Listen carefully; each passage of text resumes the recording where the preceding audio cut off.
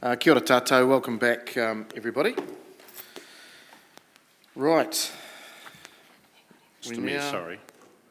move to number 13 on our paper. Sorry, Mr. Mayor. Was Rachel joining us online? Yep, she is. Yep, I've seen her online. She is online. So look, I'm just wary of time, people. So we're going to keep moving. So number 13 on the order papers, page 59. It's around storm damage with our roading transportation network, and we have Hamish Fettenby and Stuart Cartwright, our chief engineer and the roading manager, to present this. Over to you, gentlemen. Mr. Mayor, submitting this paper as read. It's a consequence of whether that was impacted on the July and August, impacting on the road, where predominantly the rural roading network suffered extensive damage at a few locations. So seeking approval for the 3 items.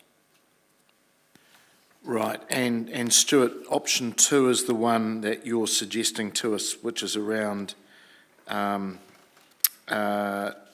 realignment. I'm just trying to think which one that is. Is that not Mountain View Road? Mountain View Road's the slip? No, the option 1, which would be to reinstate the Glenburn, Greens and Mountain View with advanced design for fixing some of the overslips.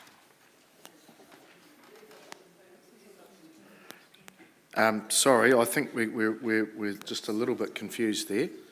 So I think I am right in option 2. It's option, Okay. option this bit. All right. So it's around allocating 1.627 million. Yeah. Yeah, apologise, it is option 2. Yep. And that's around, can you just give us a little bit more detail on the actual roads themselves? So that's Glenburn Road, is it Greens Road, and Mountain View Road, which is up Summerhill Drive, is that right? Yeah.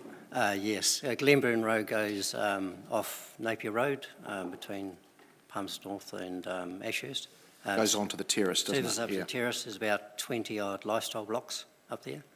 It is a single lane access currently. There's no alternative route. So the single lane access and the winding environment requires traffic lights for safe travel movements between, which is an ongoing monthly cost. The slip at Glenburn is probably 5 to 8 metres deep, so it's an extensive repair if we consider doing a retaining wall structure. Greens Road? Greens Road, equally it's a single lane access at the moment. It is again a no exit road, no alternative access. It services the southern approach for the Turatura wind farm requirements. Currently it has not totally failed, but it has relaxed. So the potential is next winter it could totally fail, which would make obviously things worse. Is that serviced by traffic lights as well? No, that's actually in a location where you've got clear line of sight, so it's a giveaway priority. Mountain View Road, that's produced 2 things. It's underslip and overslip. Overslip is threatening Summerhill with the footpath and carriageway. The underslip is threatening Mountain View itself. Yeah. And Tennant Drive? Tennant Drive is solely an overslip, which the embankment's destabilised with saturated ground, and it's fretting onto the footpath and carriageway. And same with Kahutaroa Road. Great, and obviously the photos there match up to those. Okay, thank you. We've got a number of questions, so Councillor Barrett. Thank you, Mr. Mayor, and thank you, Stuart, and appreciate the report.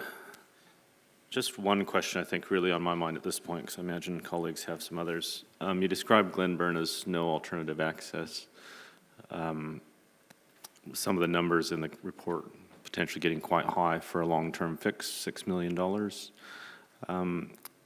At what point do we start to look at whether Henderson Line is a more affordable and more sustainable and more resilient access than the relatively narrow and susceptible route that we're talking about pouring $6 million into over the long term? Okay, to answer that, the $6 million would be to consider an option of retreat. So that's putting the road further into the embankment, which requires extensive earthworks. The $6 million is probably in relation to the above property, which would probably require a property purchase. The actual fix for the like a retaining wall structure is more in the sort of the $700 to $1 million. Yeah, no, understood. I guess what I'm trying to ask is at what point do we acknowledge or do we begin to consider whether Henderson Line might be an actual longer-term and more resilient solution compared to Glenburn? It is a consideration, but it would require like a greenfield construction of a road corridor, which may be of the same cost. Understood. Is there consideration underway, or would we need to offer some direction to get consideration underway about longer-term options for accessing that area? Through you, Mr. Chair, yes, the transport strategy, certainly the AMP that we're developing at the moment, we'll be looking at the long term and how we maintain access to a number of the slightly more at-risk areas in the long term. So that is being looked at as part of the AMP, as part of the overall road provision strategy. And when would we get some visibility and advice around that? The AMPs will be informing the long-term plan process. So the long-term planning for this will be in discussion with you all probably this time next year. And can I get assurance that we're actively looking at the Henderson's vis-a-vis Glenburn within that asset management planning exercise? We will definitely, on your advice, Councillor Barrett, we will definitely be looking at Henderson's in relation to that road. We will definitely be looking at alternate routes for some of those at-risk areas. Thank you. Much appreciated, Mr. Mayor. Councillor Wood. Thank you, Mr. Mayor. I just wanted to ask questions of officers around possible Waka Kotahi funding and what that might look like. There's comment in here that there's no guarantee that we would get funding for all or partial. So to me that means there is a possible open door for us gaining full funding from Waka Kotahi, or is that a very small possibility? Through you, Mr. Mayor, thank you for the question. Certainly, we can apply for emergency works funding through Waka Kotahi. It's generally at our standard FAR rate, which is 50-odd% at the moment, so they'd match dollar for dollar if the funding was approved. So unlikely to get up to that sort of level, unfortunately. In this case, that fund with Waka Kotahi has been very heavily subscribed. Events such as the Nelson weather happened took a huge chunk of that, so we'd be contesting with the rest of the country, try and get some of that, so they may fund some of it, or as much as we can get. But certainly once we've confirmed that council's willing to go ahead with it, we can push on with funding. And what we're asking for here is the worst case scenario rather than the best. So anything we can do to offset the costs would be... No, I really appreciate that. Thank you. To me, I think it advises my decision making quite heavily as to whether or not we can obtain that money or not. And I know you can't stand here today and say you're confident we will or won't. But in my thinking, I would rather we went with the best possible option, option 4, if we were able to obtain the funding. And if we weren't able to obtain the funding, we go with option 2. What's your... I'd be interested in a bit more discussion around whether or not option 4 is a worthwhile option, or if that's just pie in the sky, you know, this is what the theoretical idea would be. Through you, Mr. Mayor, so through my previous experience with another council, these sorts of events have been heavily critiqued by Waka Kotahi, as in how the damage to the network has actually affected the level of service. So things like the overslips, the material falling off the top of the bank, that may not be funded to the level that the permanent things are. So the cleanups, different to the permanent repairs. So it's a bit of a juggling act. Right, thank you, Mr Mayor. So Hamish, you said that I don't think we've ever, I can't remember us doing this sort of level of emergency works, which is, speaking to Wade and other colleagues around us, it's a consistent sort of stuff that comes to the council. So we actually haven't applied for emergency works money a lot in the past, have we? Correct. Yeah. So even though it is heavily subscribed, and we know Nelson and Marlborough District Council have literally got millions and millions and millions on their books, one would hope that if we put an application in, we might be looked at favourably because we just don't apply for this fund. I'd like to think so too. I've certainly, we've talked with our funding partner at Wakatahi about the damage we've received, so that they're aware of it. They're probably awaiting this meeting. We'll put the funding application together and get the wheels moving on it. Great. Councillor Zabellin. Thank you, Mr Mayor. I have questions relating to Greens Road, option 1 and 2, and also one relating to safety. I might start with that one. At page 71 of our papers, which is paragraph 4.3, it reads, "It is anticipated that the slope would slip sometime between now and throughout the next winter period." And then at page 66 at 2.7, you describe the heavy vehicle loads that Mercury Energy are using on this road. If Greens Road is designated as a restricted access road, but there is a live consent as far as I understand, to move heavy machinery up that road, given the road could give way at any moment in the next year, could you comment on whether the geotechnical safety review was accounting for that heavy traffic on the road when it made that assessment, and how safe is it for those movements to continue? Councillor, yeah, the geotech was undertaken with the understanding of the current heavy movements, and it was decided it was safe at the moment. If it did fail, that would have to be re-reviewed, and obviously would go back to Mercury and state it was unsafe, or would have a safety factor put on that route. Thank you.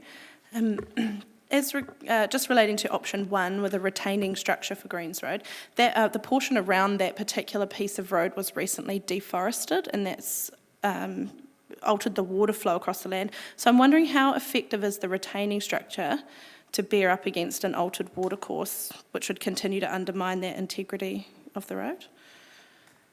Yeah, the retaining wall structure will take into account all of those geotechnical requirements of the toe of the current embankment.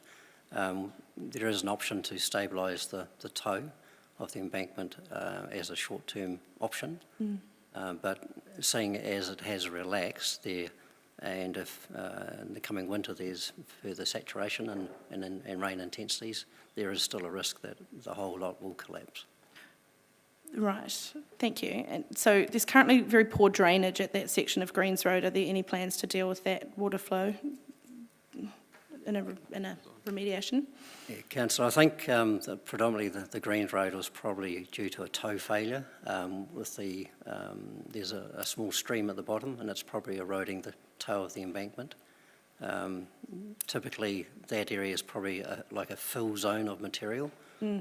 So when it gets saturated, it gets overloaded, it gets too heavy for its weight, and that's where it relaxes or fails completely. So if we remediate the toe or put a retaining wall in, it provides greater resilience to that safe road access. Right, okay, thank you. And finally, just regarding option 2 with the realignment. So Greens Road was realigned within the last 2 years, that's correct? So at this portion of Greens Road, there's a number of enormous trees that are on the immediate upper bankment, and the road is cut right to those trees. So if we are looking to realign that road, would all those trees would need to be moved out? Would that be correct? Yes, that's correct. So I'm thinking that the removal of those trees might again alter the watercourse that's coming through the top embankment, washing over the road and going down the embankment. And pose further risk to structural integrity? Do you have any advice as to that? Yes, that's correct. There's a photo there showing the immediate upstream or uphill environment, which is already suffering some geotechnical sort of issues. Yes. So any realignment would have to take that into consideration and the associated cost compared to a underslip retaining wall cost. Right. So would it be fair to say there's a potential risk of removing those trees for a realignment, that there would be increased water flow and affecting the integrity of a newly aligned road?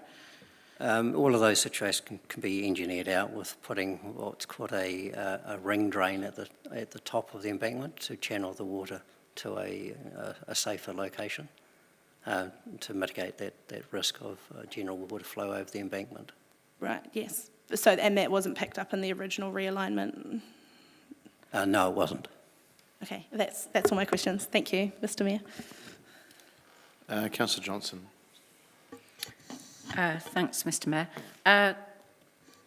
Under option 2, there's a comment that there will be a need to reduce levels of service, and in the detail of the report on page 79, it says the operating costs for the remainder of 22-23 would be 276 to 516,000 of operational budget. If this is met from existing budgets, anticipated there will be a significant drop in level of service. So, just to be clear, if we approve option 2, are we approving additional budget that wouldn't need to be taken from existing budget? Or are you saying that option 2 includes a reduction in operating budget by diverting it somewhere else? I'm not clear. If the money you're asking for sorry, I haven't explained it very well. But basically, if we go for option 2, does that mean that there's up to, say, $500,000 of reduction in operational budget for other projects, or not? Yes, that's correct.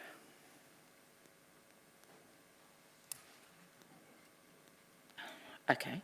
So it does say that further advice will be brought to council to enable decisions to be made on this, but we need to make a decision today on whether or not we would go with this option. So can you give us some idea of what reductions in levels of service we might anticipate to allow that money to be spent on these projects? It would probably come out of the operational budget of the roading network. We'd be seeking additional paper next year.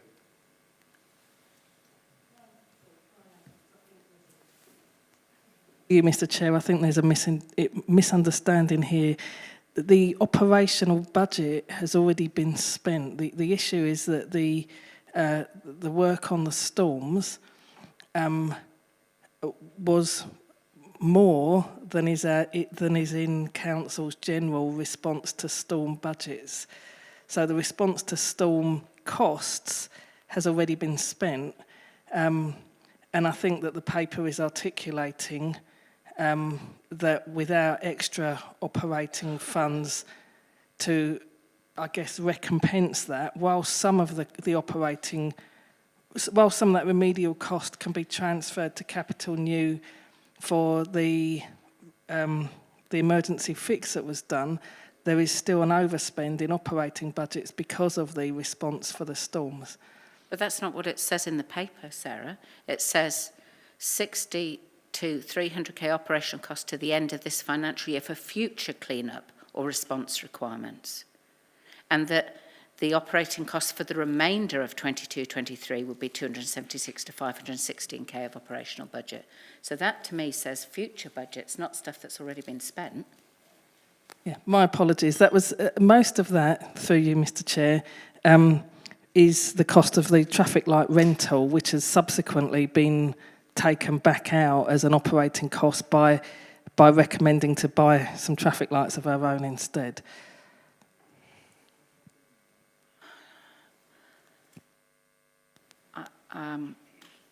I'll be honest, I'm quite confused by the answers to the question. So I'm looking at page 79. Option 2, I mean, it doesn't say option 2 there, but it is option 2. Stabilise underslips and do minimum on overslip sites. I understand that to be option 2. And it says costs for this strategic intervention are estimated to be, and it talks about the traffic lights as a different line. And then money for monitoring and observation, and then additional operational cost. And then it says it's anticipated to be a significant drop in level of service. My question is, what significant drop in operational activities would there be? Am I missing something here? I mean, if everyone else can understand this and not me, I'll just be quiet. No, my apologies. It is unclear, and I think what we can say about that is that we've been having conversations with the road maintenance contractor about where there are potential opportunities to reduce some of the planned expenditure for the year, which we may be able to elaborate a little bit on at the moment, but which aren't finalised yet. Okay, I'll leave it there, thank you. Councillor Naylor. Thank you. I think Councillor Johnson's covered most of my questions. But I did have a question, page 61. Sorry, I'm going to have to find it now. So under option 2 in the financials, it talks about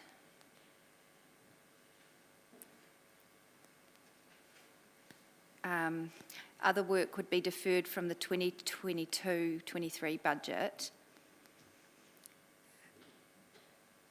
And so, but we're being asked in the recommendation to approve an unbudgeted sum. I'm just trying to understand if that how much of that unbudgeted sum is looking to be offset by other deferred capital programs. Am I understanding that correctly? Or can someone clarify that? Yes, that's correct. We would potentially have to defer some other capital new projects to afford this.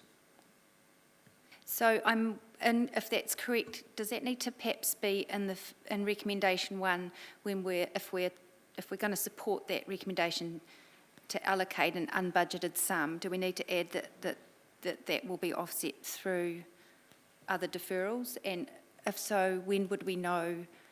I mean, I know in the quarterly report there was some programs that were identified as not being anticipated to be completed this year. Are we just assuming it's those programs?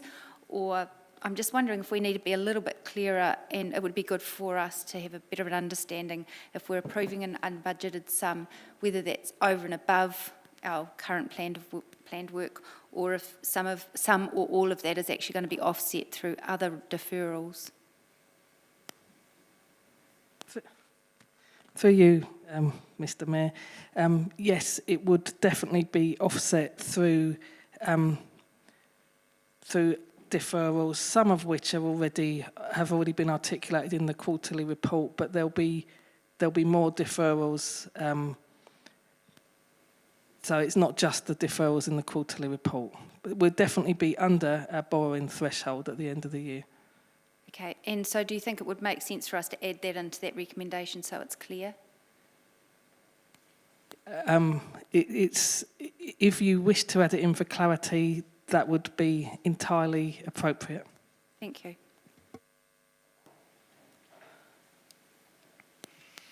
All right. Okay, no further questions. Thank you, Stuart. Thank you, Hamish. So we have the 2022 August storm damage roading, and the resolutions there are 1 to allocate 1.627 million as an unbudgeted sum in the 2022-23 financial year, and 950,000 in the 23-24 financial year to address the August 2022 network storm damage outcomes in a new capital program, which is option 2. 2 is to transfer the existing emergency expenditure related to the new capital works against that new budget line. And I think there's going to be some additional, either that or an amendment coming on. And then to refer consideration of future emergency budget allocation to the long-term plan considerations.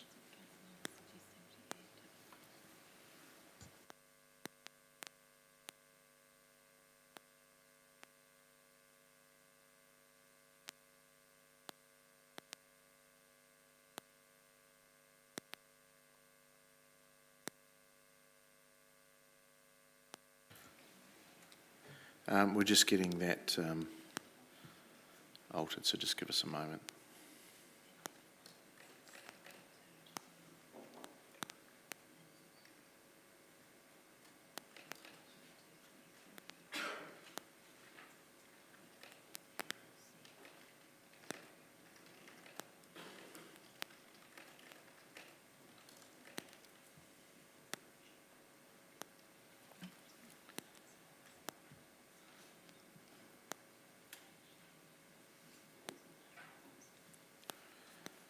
Okay.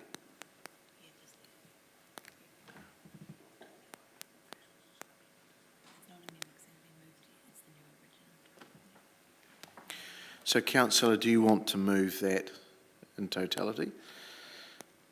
I'm happy to. Okay, is there a seconder? Councillor Wood, thank you. Do you want to speak to that?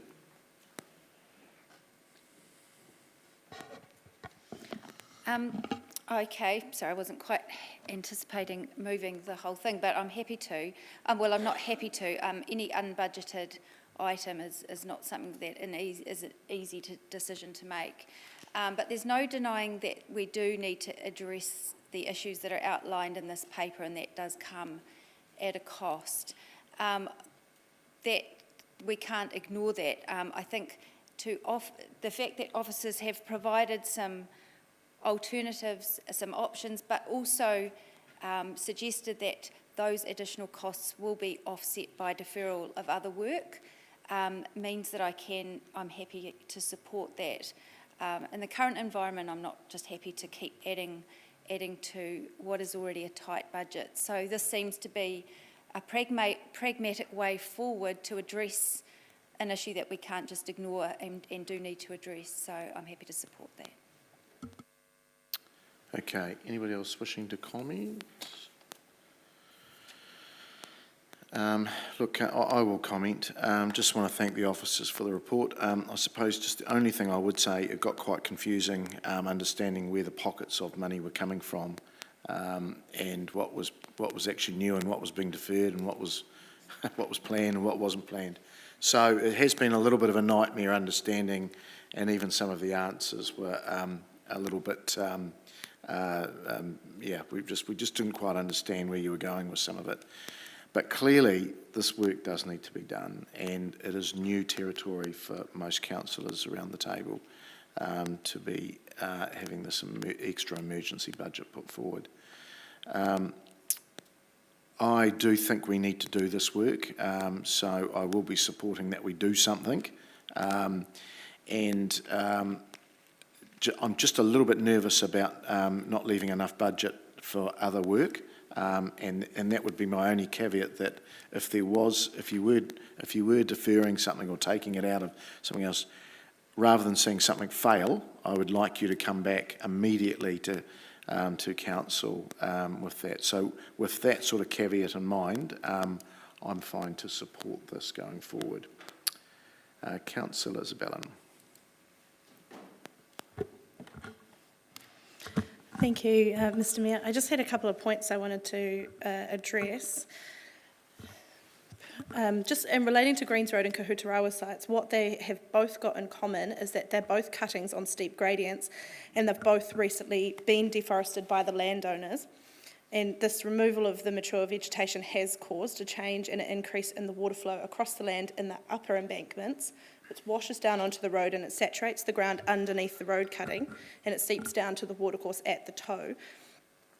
The sediment layers also build up on the road, and the roads don't have the guttering in place to handle that excess water or sediment, and the storm events merely exacerbate these underlying issues. So while this report is on the damage that occurred during the storms in the winter period, I think we do need to take into account the broader issues that are causing this, the geographical alterations that have taken place which are exacerbating these issues, because those issues may not be addressed purely by stabilising activity. I'd like to see a broader approach that does look at the greater drainer capacity, especially to deal with that runoff.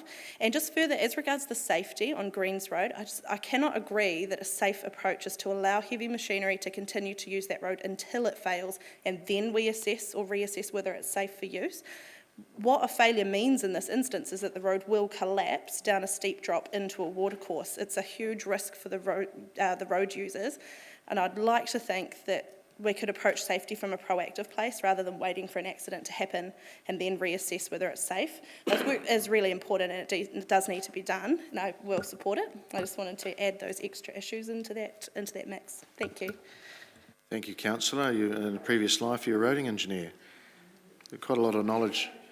Quite a lot of knowledge there. Thank you. Very good points. Councillor Fitzgerald. Sorry, been answered. Thank you. Councillor Barrett. Thank you, Mr. Mayor. A couple of comments. I think the first one is around the kind of bigger picture stuff, and just seeing the sort of numbers that we're starting to see come in here and the sort of uncertainties that are coming in.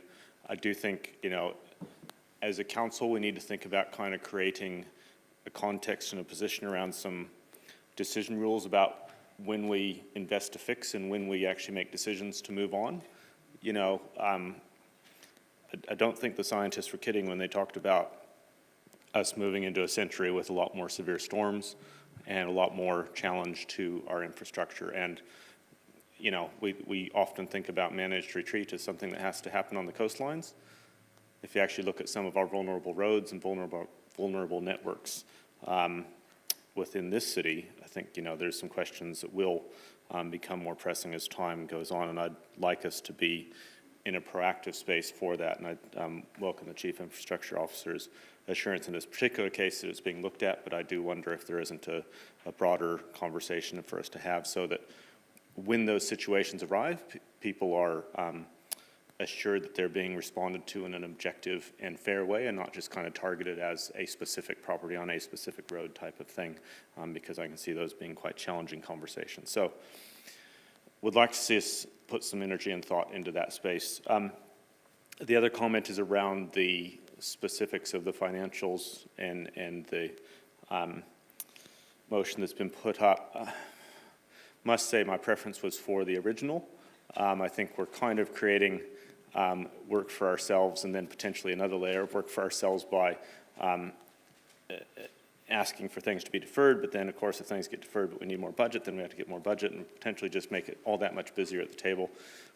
I kind of look at the grand scheme of things, the transport budget in a year, and while this isn't minor, it also isn't something that would be breaking the bank all in its own right. So my preference would have been simply to have gone forward with the officer's recommendation.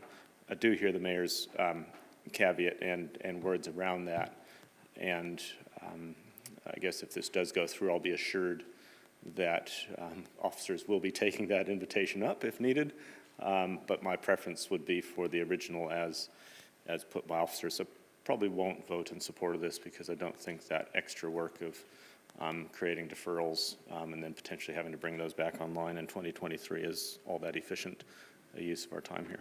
Thank you, Mr. Mayor. Councillor Wood.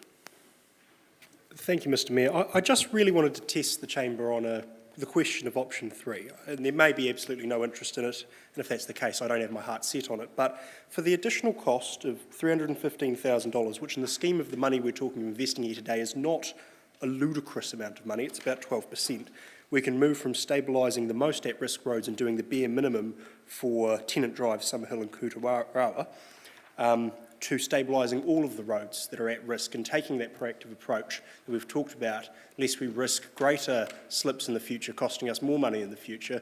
Given we're making an investment of this scale, potentially, I feel it could be worth just biting the bullet and stabilising all of the roads that are at risk rather than waiting for them to fail and responding reactively once that's happened. I don't know if there's a mood here to do that. I'm not seeking to put up a recommendation at this stage, but if there are other councillors that would like to see that happen, I'm certainly flagging here. I'm more than open to us looking at option 3, particularly if we can get Waka Kotahi funding, which cuts that cost down. If we were able to get that down to 50%, we're talking $150K here to stabilise an additional 3 roads. That could save us considerable money in the future. So I just thought it was worth adding into the discussion some consideration of option 3. Councillor Johnson. Thanks, Mr Mayor. Just wanted to make a couple of points. Fully endorse Councillor Barrett's comments around the bigger picture here, where I think these sorts of papers are only going to be more common, and I feel like we might have a bit of a policy hole here on how we address these kinds of issues. So whether or not some work needs to be done to have a policy about when we determine to repair and when we determine that actually a repair isn't feasible. We've got a number of these roads with, sort of cut into the hillside with a narrow drop road and a drop-off on one side and a bit of mountain on the other side. I just think that the assumption here is that we'll continue to repair, we'll continue to reinstate, and there may well be a point coming, fairly soon even, where that's just not an option anymore. And so rather than trying to do it on an ad hoc basis, road by road, I'd quite like to see some kind of policy position or some criteria developed that help us with the decision making. So I'll just leave that there for now. The other point I would just wanted to make generally about these sorts of papers is that where there are kind of vague comments around reductions in level of service or deferral of other capital items without specifying what those reductions in service or what those capital items will be, I always feel a little bit nervous about voting for the proposal, because what I don't want to happen is for some other project, as yet unspecified, to not be done, and then when we raise the question about, well, why wasn't Project X done, be told, oh, well, because you voted to use this, to defer this, some capital projects, and we decided it would be this one. So I really would like to, if possible, have in the paper what the reduction of service level is proposed, or what the capital item is that's proposed to be deferred, so at the time we're making the decision, we can make a fully informed decision, because I feel at the moment we're sort of, and I'm going to support it, we're voting for this budget to be put in place to repair the storm damage, but we don't actually know what the consequences are for the community in terms of deferred capital items or reductions in level of service. So I just encourage officers where it's at all possible to have some more specificity in the paper so that we can be a bit more confident in the decision making. Thanks. Councillor Hancock. Yeah, thanks, Mr Mayor. And look, I just really want to sort of pick up on, I think, the point that was made by Councillor Barrett. Just around, I guess, I have considerable concern when we actually have an amendment where we're going to defer expenditure. Let's face it, in the last winter we have had lots and lots of noise in the community in terms of the state of our roads. So unless we actually know where we're going to be deferring this maintenance, I think it's a little bit risky for this council to adopt that particular part of the motions. Thank you. Councillor Dennison. Thank you, Mr Mayor. I wasn't going to speak on this item, but Councillor Wood here suggested option 3, just in comments, which actually seems to be a bit more coverage for the additional budget, which seems wise to get stabilisation on all sites rather than a part fix. And so, after all the questions, it just seemed that this hasn't got a clear outcome for what we're going, and the unknown expenditure still required is still could be quite sizable, but it would seem fairer for my mind that we'd want to get a solution stabilising all sites. What I fear is at risk here is that what the recommendation that's put before us is the one that's most palatable, maybe not the one that's most robust, and that's because of the dollar figures involved. And so therefore I just really want to support the suggestion of option 3, but it gets a bit of a mixture because the wording for where all the budgets are coming from to make an alternate recommendation becomes a little bit on the fly. But at least I want to express that view, whether this waits to get put up some alternate wording, because this is the only bite we get. But I'd also indicate that that would be more my preference to go for option 3 without moving it to make a mess of all the recommendations. Thank you, Mr Mayor. And back to you, Councillor Naylor, for right reply. Yeah, I think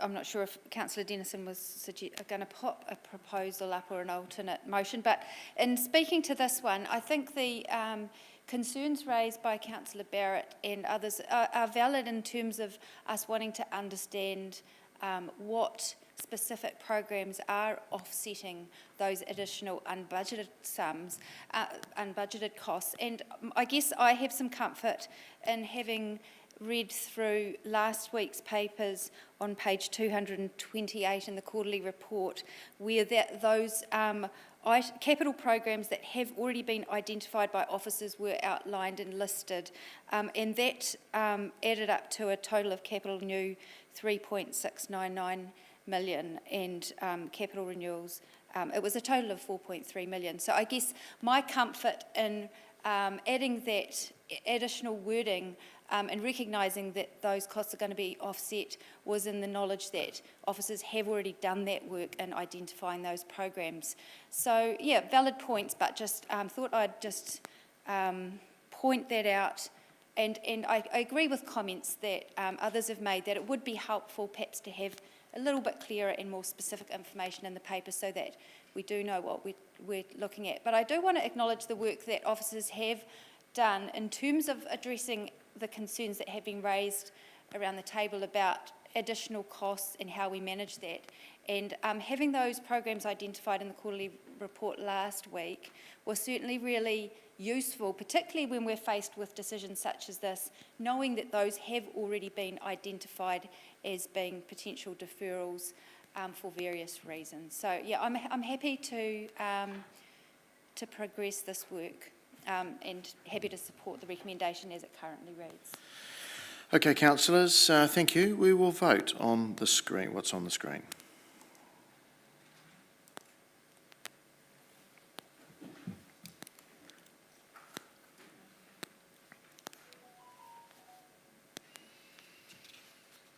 And that has passed 15 votes for and 1 against. Thank you. We'll now move to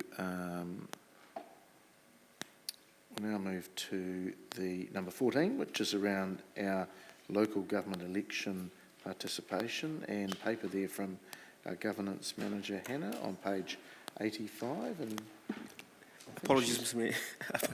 My apologies. I clicked on the wrong button when I was voting. Sorry. Can we?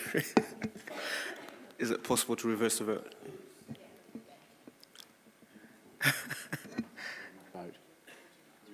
We'll re-vote. Sorry. We'll re-vote.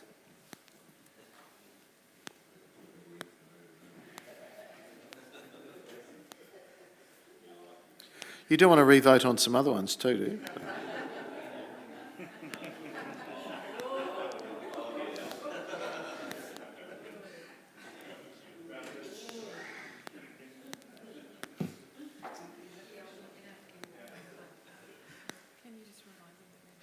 You need to re-vote, please, on this one only.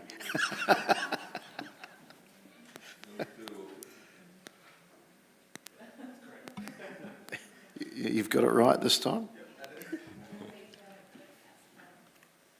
And for the benefit of the newbies, we all know you can do this.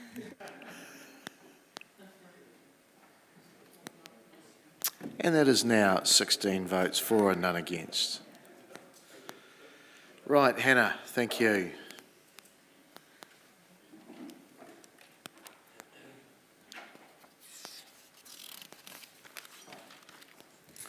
Thank you, Mr. Mayor. I would like to make just a few preliminary comments before I'm happy to take questions on this. The first one is actually a little bit of a shout out, and this might be a little bit different to normal practice in the chamber, but I did really want to thank the staff that supported me on this piece of work, because they really went above and beyond, literally putting their bodies on the line, including wearing orange masked suits. So the effort was phenomenal. Also to note that there is, yes, a train election happens every 3 years, but it does happen in a particular environment, and the 2022 environment was unique. it was particular to 2022 in that it happened at a time when you may or may not be aware the Electoral Commission decided to close all of its regional offices. It happened in a period where there was heightened protest action, and we could potentially, if we look back in history one day, look at some of the turnout and say maybe it could be contributed to voter concern on the lack of information on the affiliation of some candidates. But of course it did happen in a pattern of behaviour as well. We know that voter turnout for local body elections has been decreasing since 1989, and we also know that post volumes in the last 12 years have decreased, I was told by New Zealand Post yesterday, by 78%. So, you know, there's changing patterns in culture. I would like to emphasise that the scope of the report is specific to the election voter turnout, but civic participation is a much wider concept than that, and civic participation and the turnaround of that is a much longer game than one particular election. And there are multiple measures that we could look at for civic participation. Looking around the table, we could measure the integrity of our representative democracy by who is elected and whether that's representative or not of our communities, for example. We could look at how members of our community engage with council and council processes. We know that, you know, our Facebook participation is the top of the country, so we know that people are engaging with the conversations that council is having with them. We know that our submission numbers are often higher than anywhere else in the country, so we know that people do come and understand how to engage with those processes, but absolutely there are people who are not usually engaging, and that's where our focus and our energy needs to go, so that people know how to access the processes of council and be involved should they want to be. So with that, happy to take questions. Thank you, Hannah. Do you think, you know, this is a nationwide issue, and obviously some of the things you've just spoken about, if they were addressed, it sounds like things could turn around pretty quickly. But there needs to be a centralised. Do you think there needs to be there's no ministry for local government? I mean, this is done by I believe 78 different authorities. Should the local government commission not have a bit more responsibility in this space? So there have been several pieces of work on this particular question and positions put. So, for example, the Justice Select Committee's most recent reports on the 2019 election, local body elections said that they were proposing that the Electoral Commission take that role, but that work wouldn't happen until two reviews, the current open Future for Local Government review and also the parliamentary review that's going on around the electoral system as a whole. So knowing that, the Future for Local Government review draft report also identifies the Electoral Commission as the organisation for that, and this council itself also did that in a remit to Local Government New Zealand. When did we do that? Hopefully the date's in my report, one moment. 2021. Oh, okay, yeah, previously, right. Okay, because they are asking for some feedback, aren't they, on now? They are. Right, okay. Councillor Micallard. Thank you, Mr. Chair. Thanks, Hannah, for the report. I thought it was comprehensive and very clear to read, but I think I've got a few questions to ask. On page 86, Palmerston City Council. So, Council's governance and active citizenship plan initially had, aspirations to increase the vote above or by 50%, or have 50% of people voter turnout, or even more. And I believe that we had the same aspiration for this election as well, based on the plan that's also on the website. It spoke of two elections, which was 2022 and 2025. I'm clear to hear your thoughts on why you think voter turnout was very low. I understand that there are political issues that sort of drive voter turnout, but we've also noticed and experienced voter turnout being higher in other sort of metro metro cities, or like Dunedin, for example, has maintained that consistency through and through, and I can see Nelson City Council as well maintaining, that same level of sort of turnout. So they must be doing something, irregardless of political upheaval or social discontent. Mr. Mayor, can I ask Councillor McKellard to re-give me his question? I'm not So my sure. question is, we've sort of expressed or indicated in our plan, or active citizenship plan, that in 2022 and 2025 elections, we're going to, work towards increasing the voter turnout by 50% or more. So my question is, it's true that we've had, different political sort of parties coming in, or different governments coming in, or different social issues rising or coming in and about, but we've seen also other cities around New Zealand who have maintained that sort of voter turnout, irregardless of what political issue or social evil might have been around that time. So why is it that we haven't been able to do that? Okay. So a couple of points, I think. So the first one is that the Governance and Active Citizenship Plan was an aspiration to have 50% voter turnout by the 2025 local government election, so just for clarity. Having said that, there's no budget against that aspiration. There's no program line that was agreed in the long-term plan. So that's the first point. The second point, I think, is a mix of all of the bullet points in section 5 of the report.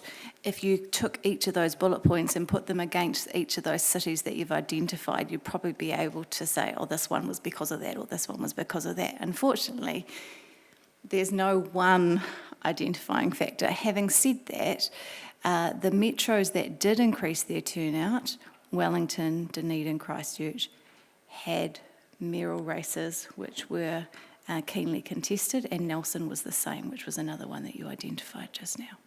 Okay, cool. So you're basically telling us that Grant needs to have a bit of a challenge next time. There was 4 challenges. Serious ones.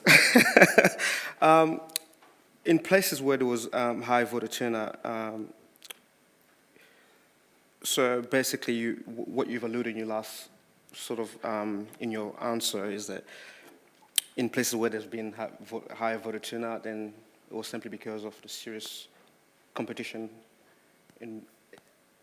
No, that's not what I said. There are multiple factors, all of which are listed in section 5, but the examples of the places that you gave that did increase their turnout this time did have particularly hot mayoral races. No, thank you for that. And also in section 5, on page 93, accessibility, the voting system. I understand STV can be very complicated for a lot of people to understand, but you also mentioned that, however, some people still feel the system is complicated, which in turn becomes an influencing factor for them not to participate. Do you sort of have some qualitative data on what those voters might have been struggling with? Is it the numbering, or what is it?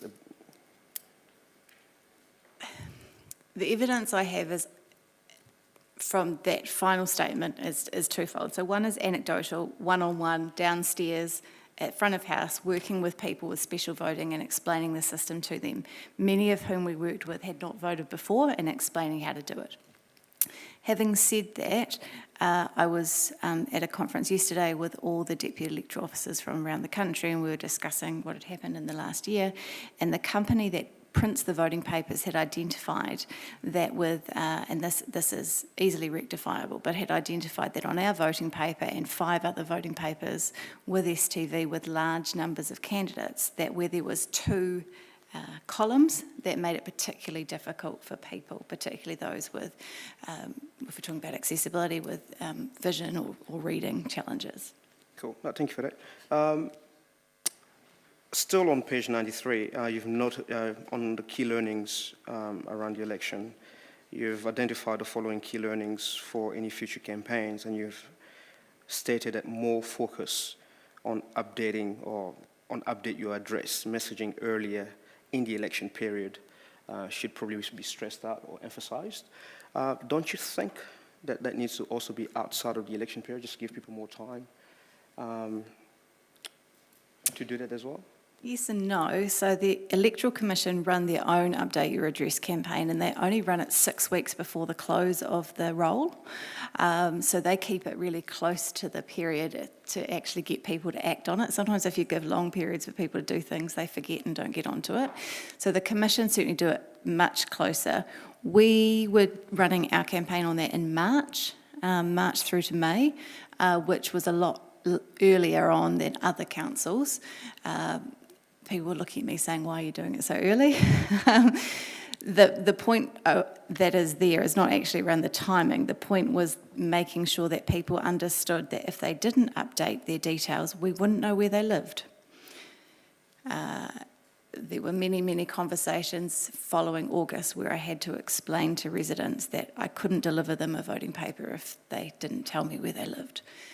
So that message hadn't got through well enough, in my opinion. That's what I'm pointing out there, is the message itself needs to be stronger, not necessarily mention about the timing. Sure. Right, cool. And last question, Mr. Mayor. Also on page 93, still there, you talked about visibility and that there are many residents who do not know what council does or how it affects their daily lives, and I do agree with you on that one. My question to you is, given that we've got the review for the future of local government currently underway, and also our electoral reform sort of review is also underway, do you think, I know that it's been covered as well in those reforms, but do you think at a local level the council should be taking a more proactive role in educating the public around civics education or the way council works, for example? I think council has many roles to undertake, and it's up for councillors to prioritise what they're going to spend on. Good, thank you. Councillor Naylor. Thank you. Thanks, Hannah.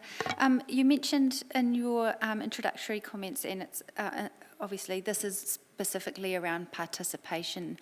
Is there to be any other review of the election other than this report? Of our particular actions? Yeah. No, not at this stage. Okay, that's cool. And so in terms of what has been outlined, particularly on page 91, around website engagement and social media engagement, it seems like there's a lot of detail being given to some of those, some of the campaigns, but specifically the Vote for Change campaign hasn't been mentioned, and I'm just wondering why that might have been missed. Through you, Mr. Mayor. So there was no Vote for Change campaign. There was a regional campaign which was agreed by all our neighbouring TAs, and that campaign was the 3 parts. So it was Enrol, and it was Stand, and it was Vote. And the 3 phrases around that, and I had written them down, so the Enrol one was Want Better, Enrol. The Stand one was Want More, Stand, and the Vote one was Want Change, Vote. So the Want Better Enrol came with an image of, so each of these phrases were used by all the councils of the region, and then we put in our own images to provoke conversations around what does council do in your life and why does it matter to your life. And so with Want Better Enrol we had Cloverley Park, with Want More Stand we had the cycleways, with Want Change Vote we had the potholes, and then we had the splash pad. So the messaging was deliberately provocative to get people to think about what council does, and the messaging around Want Change Vote was subjective for individuals, just like Want More Stand with the cycleway. You could look at a cycleway and say you want more or you want less, but you're going to start a conversation around it. So that if you vote, change happens. Elected members make change happen. Vote if you want more or less of a thing. That was the messaging of that campaign. And so specifically around what has been omitted in this report is... It hasn't been admitted in the report. So the 3 stages were exactly the 3 stages that I referred to. We also cover off that we did a regional campaign. So no, it's not admitted. Okay. So in terms of would it be council's view that any marketing should be impartial? Yes, any marketing should be impartial when you're referring to the electoral. Yep. Yes, period. And how is it determined, who determines whether it's impartial? So, you mentioned that was a neighbouring TA's regional campaign. I mean, personally, I had a lot of feedback from people who felt that it wasn't impartial, and I share that view. I guess what I'm asking is who determines or who signs off on whether it's deemed to be impartial before it's put on. I think there was posters that were put around town, and it was on our website, and it was on our social media. So who determines or approves, or how is it determined whether or not that is impartial, that it remains impartial for new candidates versus existing candidates, for example? Because the feedback I got was voting for change favours new candidates rather than existing candidates or councillors. So there's no one body that determines if something is impartial or not. If there was something that was against the local electoral regulations, then that could be something that could be managed. But the decision on the campaign sits with the Chief Executive, who has the role under the LGA to facilitate and foster representative and substantial electoral participation. So that's where it sits. Okay, thank you. And just one other further question. In terms of the social media engagement, and there it talks about the fun story with the retiring Deputy Mayor, and that was related to her getting palmy tattooed. But it turns out it wasn't true. It was, and I'm just wondering if there's a view of if we're giving stories that aren't true, do you have a view about whether that contributes to the public confidence in the information that we're putting out on our social media? I would probably leave it to the comms team to answer that question, who are not here, rather than me. But from my perspective, Donna, I'll certainly let you comment in case I go out of my zone. But I thought it was clear from the video that it was a mock video. So watching it, I understood that it hadn't actually happened. I didn't know that it wasn't true. Okay. Did you want further comment? Donna Baker, Acting Chief Executive Unit Manager. If I can just address a couple of things. So the marketing and comms around the elections was not aimed at individuals. It was aimed at engaging conversations, particularly with people who are what we would class as keyboard warriors, who like to make comments but then don't take any action. So it was a provocative campaign which was agreed across the region to get our communities to start thinking about what councils do and what they might like to see done differently. It was not aimed at elected members in any way, shape or form, and if it was taken in that way, I apologise, it certainly wasn't the intention. As far as the campaign, the marketing around the tattoo, we have been giving out Palmerston North tattoos for a long time. They go to children, they're given out at events, and the former Deputy Mayor agreed that she would like to try and engage a different audience, and it was intended to be a fun piece. It wasn't intended to be a serious tattoo story. It is a marketing gimmick that we do use across the community, and there are a lot of children out there who have had them in the past.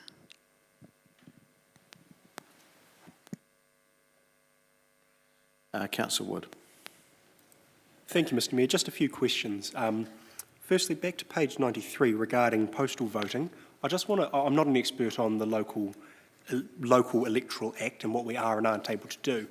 One of the real concerns I have in regard to voting is that postal voting isn't particularly accessible for a lot of young people and I'll talk more to that in my speech later on. Regardless of the point, are we able, under the Electoral Act, to set up our own polling booths and have that presence in the community, or is that barred under the Electoral Act? So we run special voting. So special voting is where someone comes in and does their vote with us. So Yes, we do that. And so would we be allowed to do that on a larger scale than just in the council building, or would that be outside of the spirit of the law? So at this stage, the individuals' voting papers are still posted to them, so they would still have to come in and see me before, and then post it there in front of me, so it would be the same action in a different location. Yeah. My second question, well, my last question is around sort of the stand phase, and I recognise this report is focusing on voter turnout and voter participation more than candidate participation, but speaking with a number of our candidates who both were and weren't successful, there was, for a number of people, particularly our female candidates, significant concerns of sexualised abuse online, and I would be interested in whether or not it's the role of this council to reach out to all of our candidates, both successful and unsuccessful, and review their experience in standing in this process and see if there's anything we can do to improve that experience. There may not be anything, but if we want to see people continue to stand, particularly when those stories of abuse are becoming more common, it could be, I'd be interested if we would have an appetite to review the candidate experience as well as the voter participation experience, if that would be possible. It would be possible. In the last term, Local Government New Zealand took that role on and sent out a survey to candidates and successful candidates, unsuccessful and successful candidates. I can send something out, it wouldn't take me very long to do that. I sent out a lot of communications to candidates around how to keep themselves safe, and certainly there was a change in the legislation to ensure that any candidate could choose not to put their physical address on advertising, which was something that was pushed through by the Prime Minister and the Local Government Minister on advice to make sure it was in place in time. Awesome. Thank you very much. Thank you, Mr Mayor. Councillor Finlay. Thank you, Mr Mayor. It's a really quick question. I know a lot of older people didn't vote last election because of the voting system. When do we as a council, or do we get another opportunity to look at the way our voting system that we use? When will that be?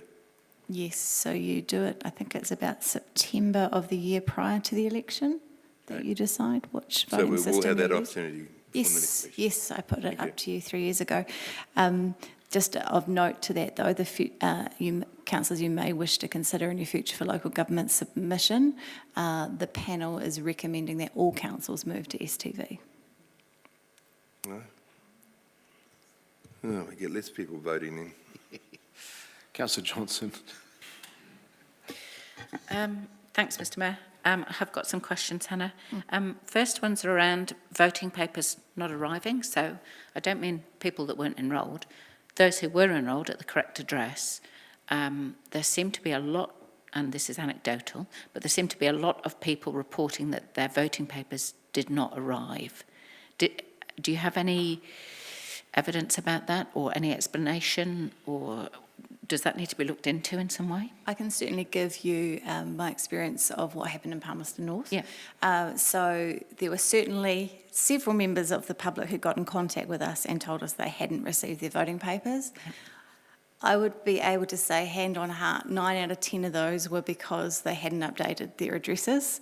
The other 1 out of 10, either they had, and I say this with a grain of salt because I spoke to the Electoral Commission yesterday and they claimed it didn't happen, was they had dropped off the roll between when the roll was first published and the supplementary roll, and so we're investigating that with the Commission. I'm going to put that in writing to them tomorrow. It wasn't just this council, it happened across the country.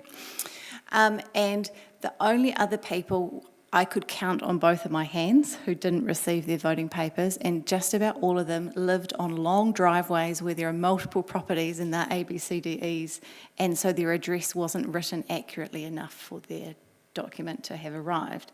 Having said that, the gone no addresses across the entire country were up quite significantly this year. Okay, thank you. Now, I had a couple of complaints from people living overseas that there was no means for them to vote, because although they requested their voting papers be sent to them, by the time they arrived, it was too late to post them back. So I realise this isn't going to be a large proportion of people, but Is there any way that that can be addressed in future elections? Actually, an increasing proportion of people, so the statistics we were shown was that 2% of voters were overseas. And there's several unfortunate factors in play here. So one, people particularly Sydney, Melbourne, part of Australia really struggled. Post was held up for a month at Sydney. Once New Zealand Post delivered it to Sydney, so that was significant for people considering it's a 3-week voting period. I had a couple of individuals contact us from the US who did receive them within the 3 weeks, but they were not going to come back within the 3 weeks. New Zealand Post is responsible for the overseas mail, so our DX provides them to New Zealand Post. New Zealand Post does the international piece. They didn't have any answers for us yesterday. And so I think what will be happening is the sector will be advocating for, at the very least, the ability for local government electors who are overseas to be able to vote in a similar way to what they do for parliamentary elections, whether that be accessing their embassy or potentially a digital mode. Okay, good, thank you. And then my last question is around the controversial social media and other messaging around wanting change. I mean, I certainly was one who put in a complaint about this at the time, but no action was taken. So I'd be interested to know if candidates, whether they be sitting members or new members, feel that the campaign material that council is putting out is not impartial. What avenues are open to them in terms of complaint? Or is it simply, as happened to me, that you make the complaint and you're told it's not an issue and that's the end of it? Because, yeah, I mean... Ombudsman? Yeah, I think the Ombudsman was approached, actually. Yeah, he has. That's the answer I would have given. He has been approached. I'm aware of some candidates that have approached him, yeah. Okay, so that's the only route to open to people, is it? Okay, cool. All right, thank you. Councillor Harpiter. Thank you. Thank you. Thank you, Hannah, for the report. Just a question around the DX mail. Do we know how many votes came in through the DX mail? I do, but I haven't got the numbers on top of me, with me. Okay. So, yes. And certainly in the by-election, the previous time we worked with DX, it went up. So it was something more, it was in the range of 75%, but I could get you the exact numbers. The second question is, how many DX boxes are there in Palmerston North? There is about 30 DX boxes. We added extra boxes, so we had 51 street receivers available to the public, which was significant when I talked to colleagues at other councils yesterday. Did we advertise where they were? We did. So we had multiple methods for people to find out. So they were in the candidate details that you got with your voting papers. They were on the very first page that you opened. Okay. There was also a web link on the envelope for posting to tell you where you could go to do an interactive map to tell you where they were. You were also able to put your address into our website and it would tell you where the closest boxes were. So when you say our decision to work with local providers, DX Mail, gives us greater flexibility to increase box locations, is there any other provider that we could use if it's not DX? There are other local providers, but I haven't had those kinds of conversations with them. I'm just asking the question, so there are other providers? Yes. Other local mail providers in the region? Yes. Yeah, okay. Okay, yep, I'll leave it to comment, thank you. Councillor Dennison. Thank you, Mr Mayor. Just wanted to, on page 90, it gives an outline of the community groups that held Meet the Candidate sessions and the support that council provided, which is fairly extensive, more than the previous election where we had more of a hands-off approach. Has there been any review around the opportunity for council to actually host a Meet the Candidate session, say at the convention centre, like historically it did happen, where we'd have 200 or 300 people attend and actually give good exposure to new candidates? Has there been any consideration around the value of some of these? Several groups did host them, but not all of them were 2 minutes to introduce yourself. One was 1 minute to introduce yourself, and one was even 45 seconds to introduce themselves, which is feedback from non-successful candidates was feeling like, is this really how you expose yourself? So is there any review of the numbers that attended those events and the quality of them? Through you, Mr. Mayor. So the simple answer is there hasn't been a review of the quality of other organisations hosting. Having said that, I haven't had the conversation with our current CE about his position on whether council would host in the future or not. It is something that I did ask our previous CE because there had been a decision prior to my time. I'm also aware, however, and I don't know if Donna has the numbers, but there were several thousand people that did watch the events at the Globe and that we streamed through our website. So we did make sure that the access was much wider for that particular event. Okay, yep. And, yeah, and the only other thing I just wanted to make, can I make an observation at this point rather than a question? No, leave that to comment, please. Sorry, Okay. Mr. Mayor, may I just add something to my question to Councillor Innocent? We did encourage the community groups to think outside the debate format this time. So we provided guidance to them and suggested they might want to use other formats which were much more informal rather than having everyone on the stage. So we did encourage them not necessarily to have you all stand up there and give you 2 minutes. Yeah. Cool, thank you, Mr. Mayor. Councillor Barrett. Thank you, Mr. Mayor. Thank you, Hannah. Most of what I had to ask has been traversed, so just a couple detailed questions.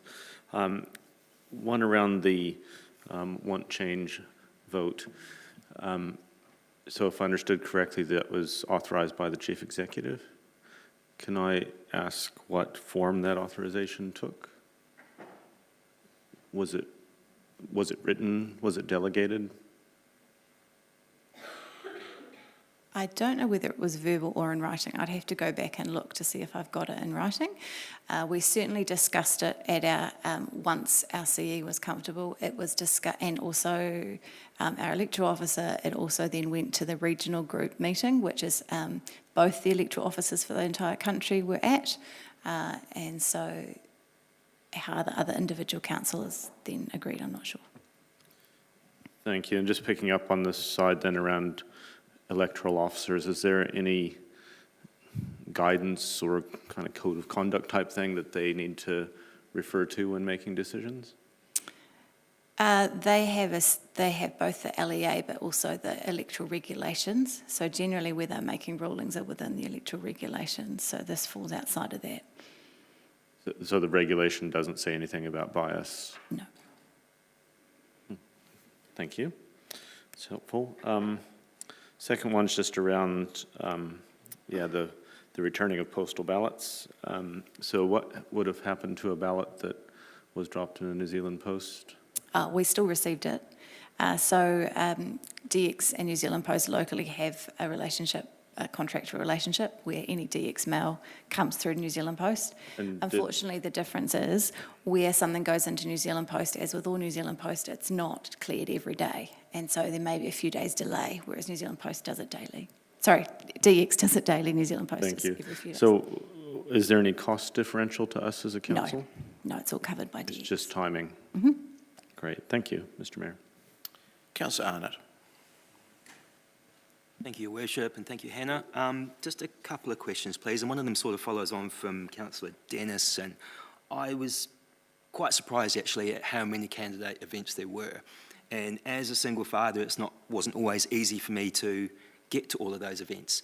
I was also quite surprised that there wasn't, a large one from, say, council, as there has been in other years. Is that something that might be brought back in future years, do you think? That will be up to our Chief Executive. Right. Thank you, councillors. I'll just take the Fifth Amendment just for the time being. Come back to you on that. Sorry, wrong country. Fair enough, thank you. Second question would be about, as a citizen, I always noticed sign parks, especially coming in Pioneer Highway and by the bridge Fitz. I was quite surprised that that didn't happen this year. Is there a reason why? There was a change to the bylaw. Right. Okay. And so that will continue?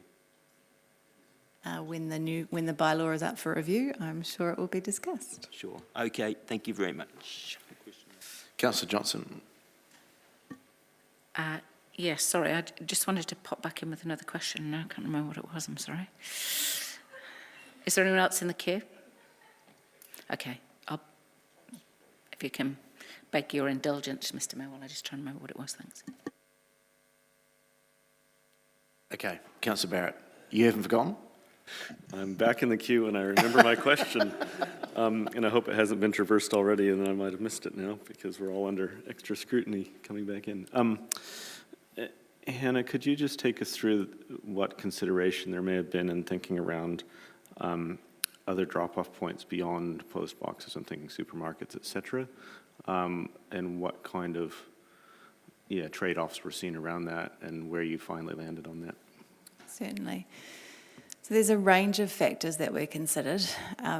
One is distance of an individual to be able to access one, so ability to walk to do it.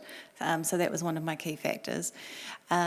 We also approached supermarkets and not everyone said yes.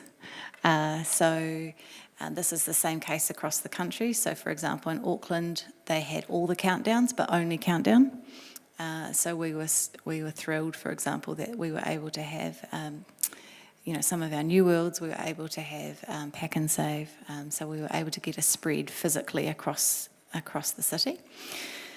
We also worked with schools.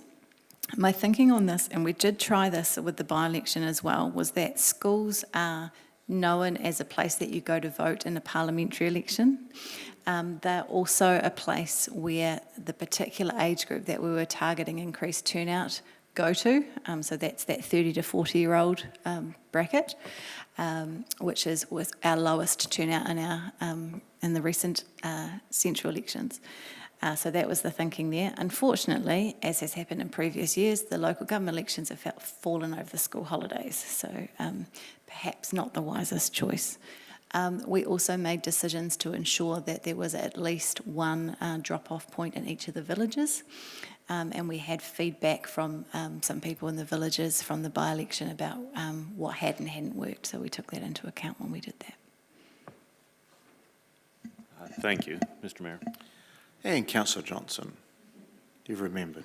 Yes, thank you, Mr Mayor. I went past the council building about 11:45 on the last day, and it was absolute chaos outside with people running up with ballots at the last minute. I wondered how many votes had been received after the cut-off that were then subsequently not allowed. Was that a significant number? I mean, I don't know the actual number, but was it more than just one or two? There was only one that I stopped who was in the room at the time. There was a gentleman that tried to drop some off at the door just after 12 o'clock that I disallowed personally. There were a variety of methods to that across the country, and so that's something I'd like to investigate a little bit. I feel that our process was robust. I'm confident in it, but I'm not so sure about some of the other methods, so I want to see, because it was horrible to have to turn away votes. Having said that, the rushness of it across the country, you would have seen throughout the media, in particular in Auckland, what happened.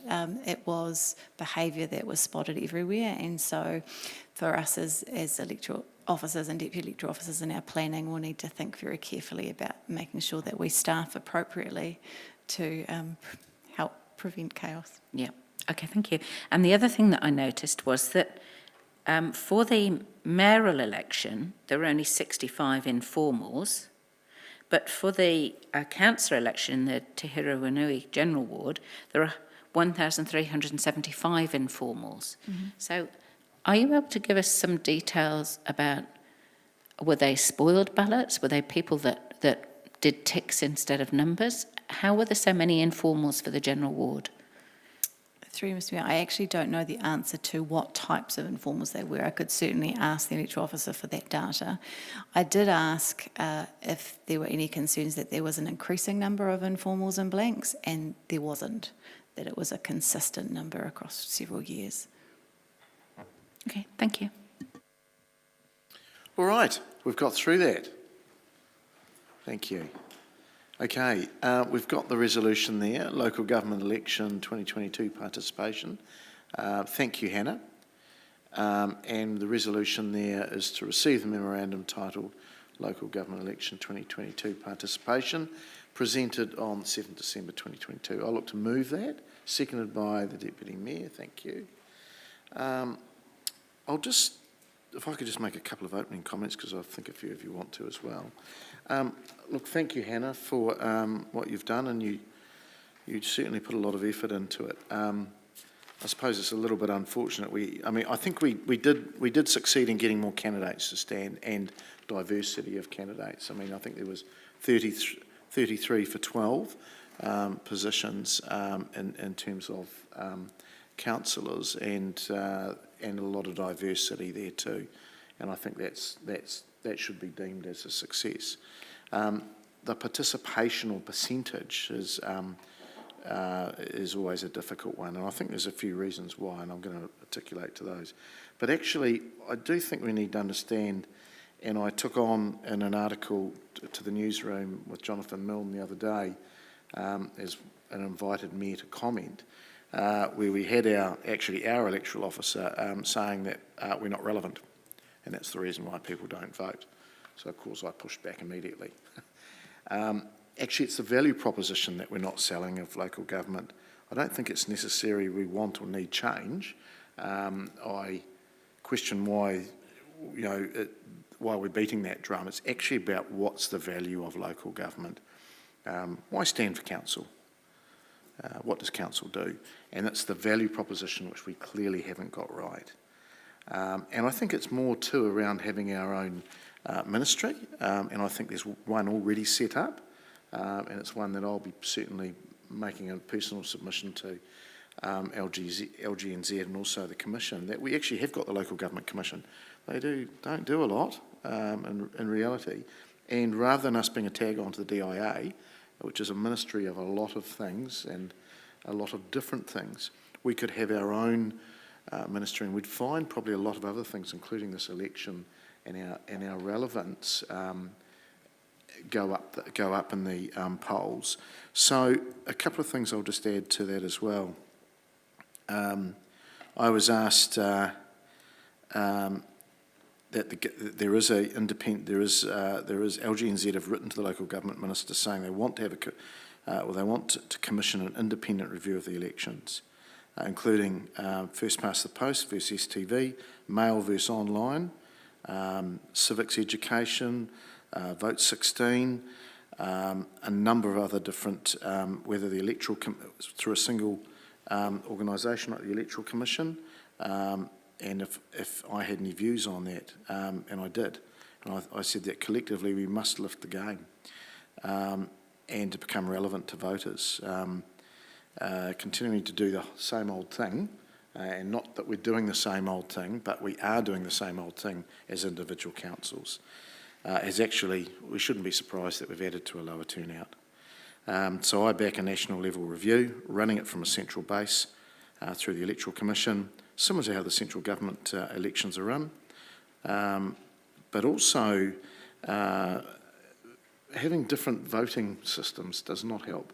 On our papers, we had a regional council that had first past the post, and we had a city council, and we're one of the early adopters of STV, and whether it's STV or FTP, it's probably the evidence would say FTP's actually easy to understand, but STV is a fairer system, but not many people understand it. We must change the way we, so we're confusing voters in that sense. We must change the way we get votes in, like many cooperatives, mutuals, other companies and boards and entities with voting. They use both online and postal systems, and they can be used together. I think we need a polling day to give it some conclusion and also a profile. Those who were at the Pacifica candidates evening, the chair got up and said, all the best for polling day. There is no polling day. So it told me that that particular community perhaps had didn't really totally understand how the voting system worked, which is really sad because they did a great job of getting us all there. Also, we need civics education. Absolutely. I mean, today was a great example of that with Cloverleaf School online, and the young lady that came in and spoke to us about solar. We need more of that. The voting age to 16, people have different views on that, whether it increase it. I think it's a 50-50 call myself, but we'll see where that all goes, and I don't think that would that would certainly help. Do I have a concern about the election turnout? Yes and no. I'm not sure we should be getting too hung up on the low numbers. With everything against us at the moment, the results really aren't surprising. Disjointed promotion, no civics education, antiquated postal system, no polling day, some confusing voting systems. No wonder people have turned off a little bit. But with some real coordination on all of the above, I do seriously think we could address that and turn the voting around. It's very possible. Dale Voski, who's the Independent Election Services Officer, said the biggest issue was we aren't relevant to voters, and they don't see local government as mattering. Well, I disagree. I think local government and councils are very relevant. We arguably affect everybody on a local issues more so than central government, and we are just very poor at selling that value proposition. And I could go on and on and on. But anyway, thank you, Hannah. But I do think there needs to be some national level coordination. We're only going to be tinkering it at a local level, and we're going to get a slightly different result if we continue the way we're doing things. So I favour some real change. Councillor Johnson. Thanks, Mr Mayor.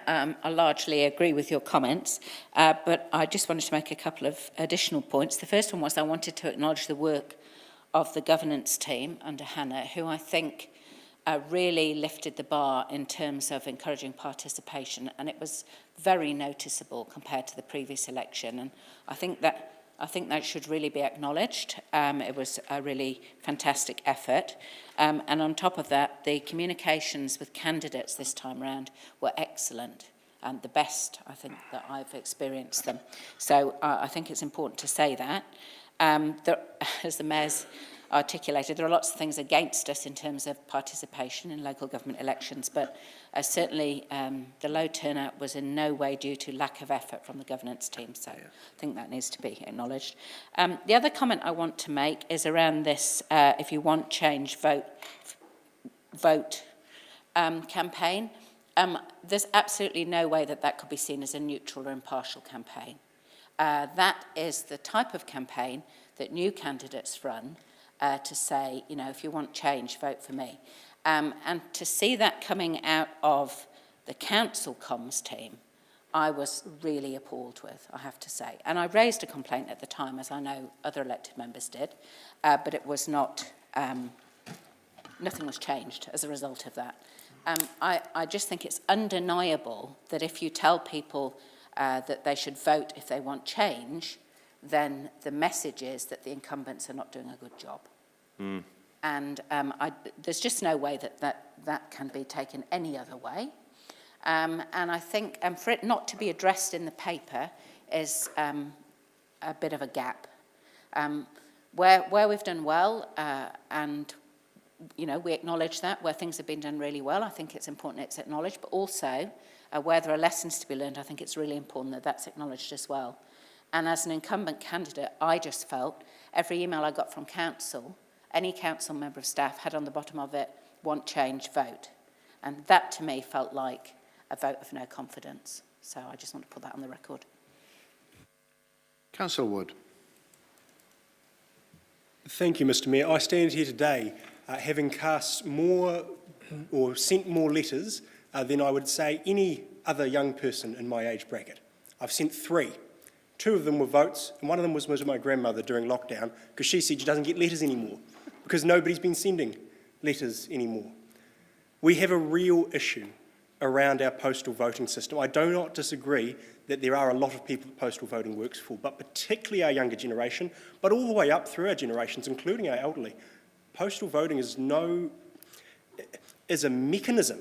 It is something a hang of a lot of people nowadays do not engage with on a regular basis. When this was put in place decade or 2 decades ago, people were still mailing a lot more than they are now. There are a lot of people who won't have posted a letter in the last year, heck, 2 or 3 years. So to then ask them, okay, once every 3 years post a letter for local government elections, I think that is an actual mechanism problem in how we get people to vote. And so what do we do to fix that? Well, I know a lot of people I sent to this building here to vote because they said either they didn't have their papers, they lost their papers, they've misplaced them, they got chewed up by the dog, whatever it may be. I said, well, go to council and vote. And I know 5 or 10 people personally that voted at what was effectively a polling booth in our station. And I think, yes, I agree with the Mayor, we need real change across the national level, but there is some good work we can do locally. If we were prepared to put up the money and make the investment to have some local polling booths across our country, or special voting booths across our community, where people could just pop out in their lunch break and go and vote beyond what they can now, I think that would make a genuine difference for a number of people. In terms of STV, I just want to share sort of another anecdote which I guess strengthens the case. I'm a strong believer in STV. I think it is a good system. I think it works far better than the alternative. But I had a number of people, particularly from our migrant community, come up to me and show me their papers and say, I've ticked you. And I've said, no, you cannot tick. You have to number. But we have a barrier in the ability. We have a language barrier there where a lot of people, particularly our migrant community, do not understand the STV voting system. And so I think, yes, it is good for us to run events with the community, and yes, it is good for us to get involved, but there has to be another solution, and I think that solution could look like having those special voting booths where people who weren't entirely sure of the system could go and get that in-person assistance and get the system explained to them then and there so that they can make a vote and participate in this process. And my third point, as you all know, is I'm a passionate believer in civics education, and I believe Councillor McCullagh may have an additional recommendation coming there. I'll leave that up to him. We'll discuss that close to the time. But I won't roll out my anecdotes. You all know my stance on this. We have to engage with young people. The Deputy Mayor showed me some incredibly heartening photos yesterday that she shared with our group of over 400 young people at Boys High, yes, when bribed with a sausage sizzle, went and voted on the Featherton Street cycleways. If you give young people a chance to vote and you give them the tools and you give them the information, you're going to be surprised. They are going to do it. Young people aren't lazy, stupid or disengaged. They are uninformed. So we have to work on informing them. And yes, I would love to see a national civics education program, but we've got a responsibility here as well as members to engage with our schools. And I look forward to discussing that a little bit more with Councillor McCullagh's recommendation. Councillor McLeod. Thank you, Chair. Just rising to acknowledge also the governance team and the Council's comms team for the work that they've done during the election. I thought the engagement was very robust, actually a lot more robust than what we had probably in the by-election, I'd say. And whereas I'd love to see more council organised sort of meet the candidates or events around election time, I think that would be great as well, because it encourages participation. Because I've had a lot of people coming to me and saying, you know, we heard that the council was organising an event, but it was only Meet the Mayor's event and then the councillor's event, and only 2 of them were running. So the public was really much in favour of getting more people, more those engagements, because they felt like just attending one event with 33 candidates was not enough to sort of get a lot out of them, or to see where they sit on, where the policy standings, or where they sit on certain policies. So I just want to acknowledge the comms team and the governance team for the work that they've done around trying to raise that voter participation and getting out the vote. While it's true, I'm still disheartened by the voter turnout during the recent election, 36% of the vote. I still believe that we could do better as a city. We've had councils of similar size as us, Dunedin, Hutt City, having more voter turnout than us, and even smaller councils as well. And I understand that there are different dynamics that play into that, especially with smaller councils or regional council or small districts, because they're more in tune with what's going on in their locality or in their locality. But I really want to see us driving and probably investing more if possible, or getting more out and about and promoting, encouraging more people to vote, because if I look at, the report that has been provided, Dunedin City and Hart Council is very encouraging to see how they've maintained the same voter participation, if not increased it, for 5 elections since 2010. That's quite impressive, and I think there are also other lessons to learn from what they've done, and we can also learn from what they've done, as what the governance team has done or what the council has done to sort of maintain that, and I think we can learn a lot of things from that. And also, while it's true that the review of into the future of local government is currently underway, and a lot of it touches on voting or voter participation, I believe that we should also, as a council, I think, lead the way. Lead the way in terms of voting, increasing voting participation, not just leaving it to central government or waiting on the Ministry of Education to develop a national curriculum to include civics education in there. But us as community leaders should be actually leading the way in doing this, and also how can we connect better with not just mana whenua, but how do we connect better with also ethnic groups in our communities who do not understand how STV works or how our voting system works, because we can always assume that they know. But these are people that come from countries that have been ruled by dictatorship and are very foreign to voting or the concept of voting alone. But how do we make sure that we instill trust and that we teach them or explain to them or encourage them to vote and trust the political system at present?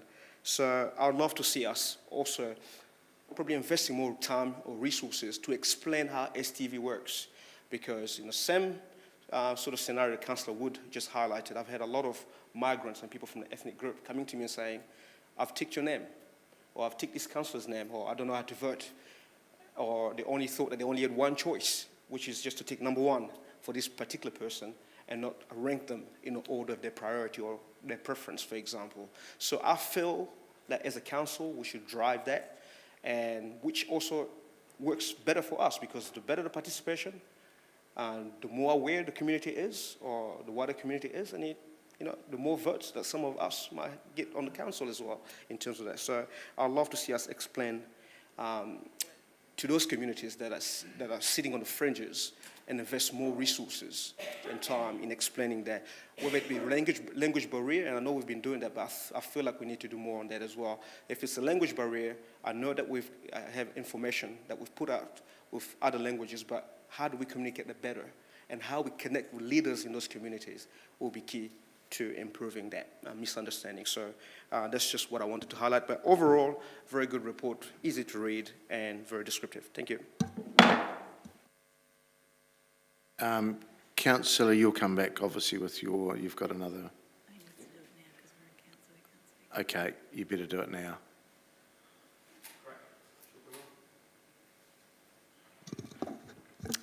Right.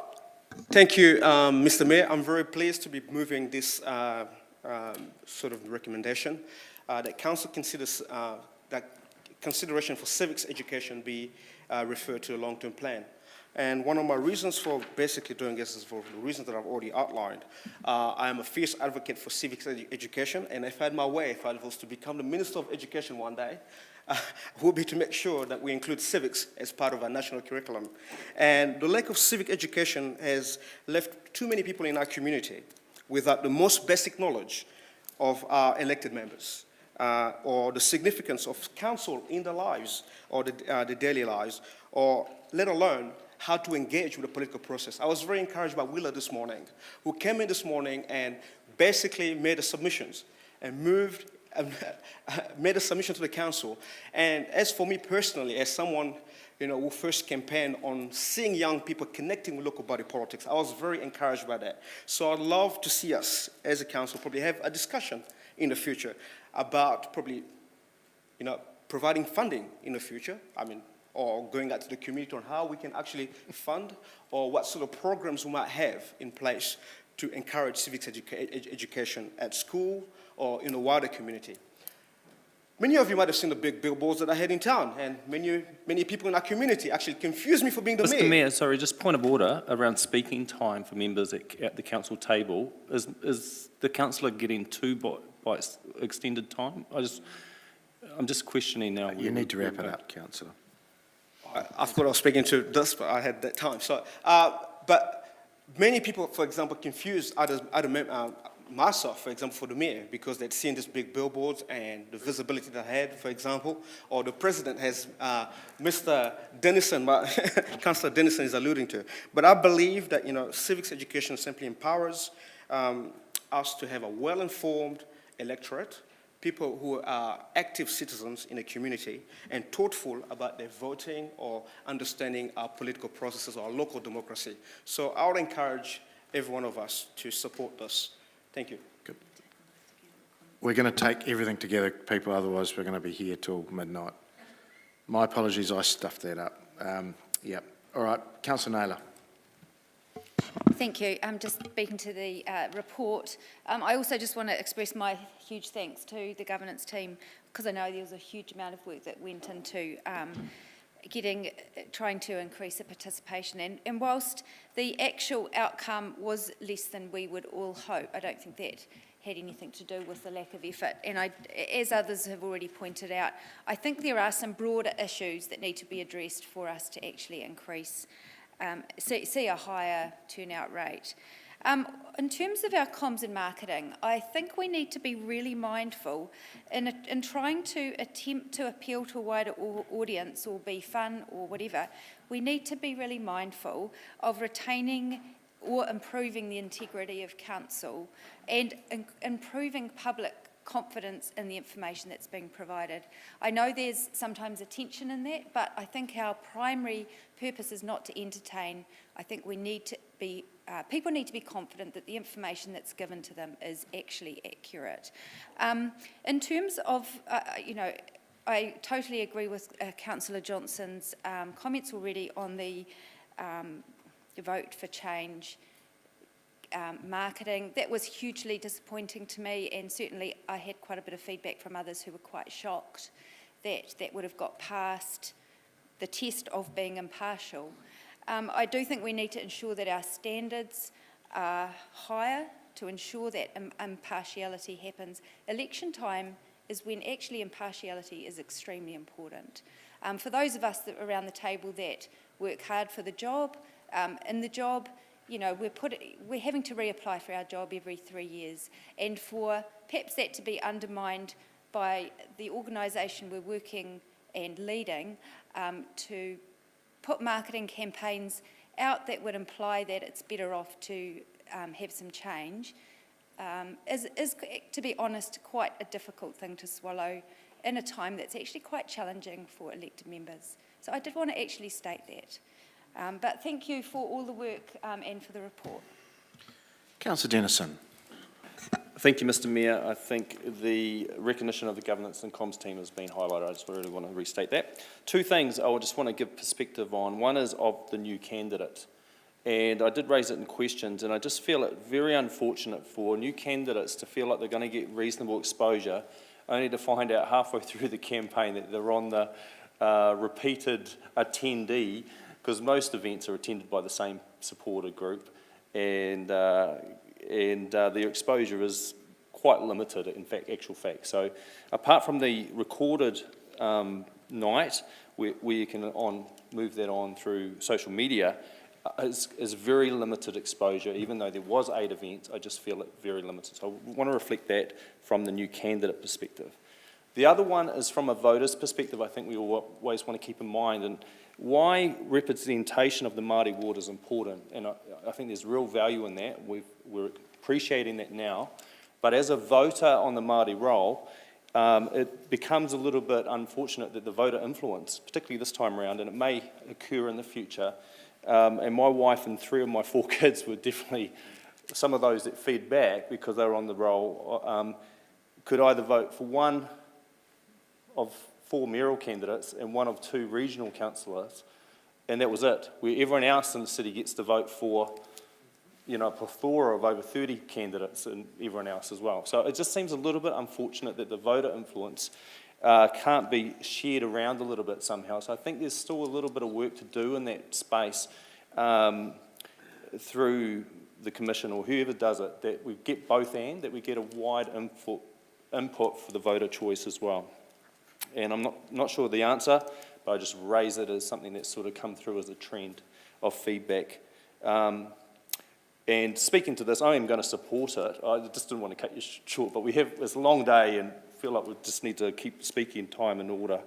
But again, this needs to channel into the future of local government, and I want to make sure that kind of comes through. That would be more my focus on the education rather than lowering the voting age at this point, as a voice that I want to put into the submission process. But otherwise, I think this is so important, and we've got very little coverage on this currently. Thank you. Councillor Happer. Thanks very much, Mr Mayor, and thank you very much to the governance team. Really appreciated all the work you did this year. Just one small point I wanted to raise was about the accessibility for voting method. I liked the fact, Hannah, that you did say that you were going to think about putting it into supermarkets. I do think if we can go down that track, if that's what you were indicating, I don't know. I know you're not going to respond to me, but you did say that it was in other cities, so I think that would be a great method going forward for the next election in the 3 years' time, because even though the DX boxes, there's 30 over the city, people still had trouble trying to find them. So I still think if we could look at a different method, and if it could be into the supermarkets, then I know many people in the city would find that to their advantage. Thank you very much. Councillor Barrett. Thank you, Mr Mayor. Firstly, to endorse your initial comment in the strongest possible terms, and as well the line of commentary that started with Councillor Johnston around the concerns around the want change. Just a few points. Firstly, absolutely acknowledging the governance team and the many allies that they recruited to their cause. It was night and day, the difference between 2022 and 2019. And yes, you know, there's still some room for improvements, particularly new candidates, et cetera. But man, it was a huge improvement and a huge lift, and want to acknowledge that very strongly. Something that hasn't been commented on much, but I think, you know, we need to recognize the role that the media should be playing in this space, and I think struggled, honestly, to play locally. There was very little coverage by way of critique of the former council, very little coverage by way of strong critique of the election itself, and I do think that contributed to some of the deficits around voter turnout.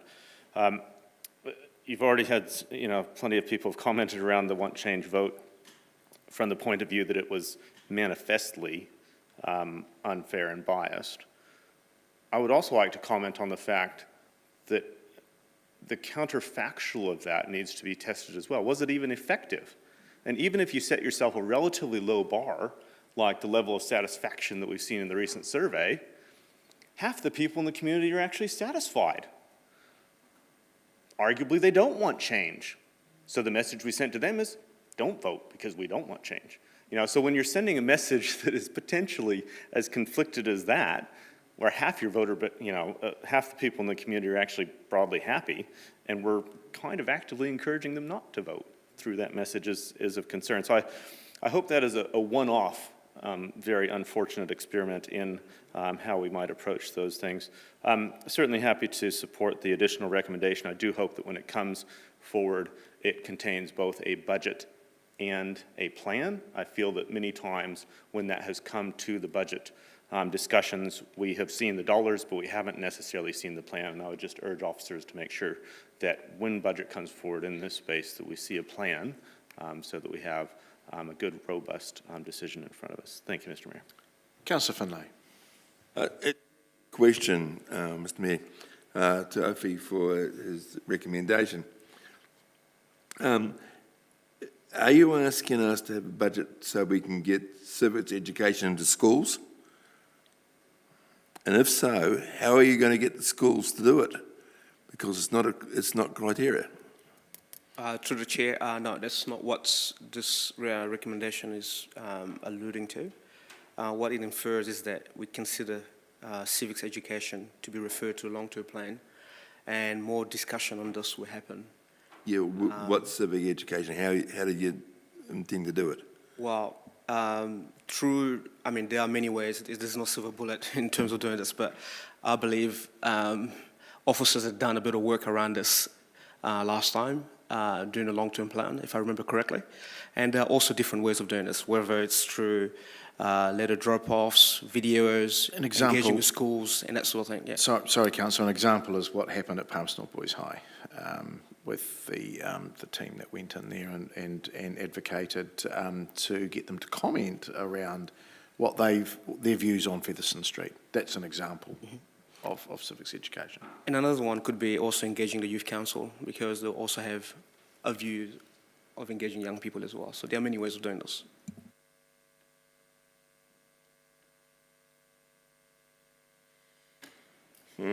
Okay. All right. I don't think you need to write a reply, Councillor. You don't need to write a reply? Good, thank you. That was the right answer.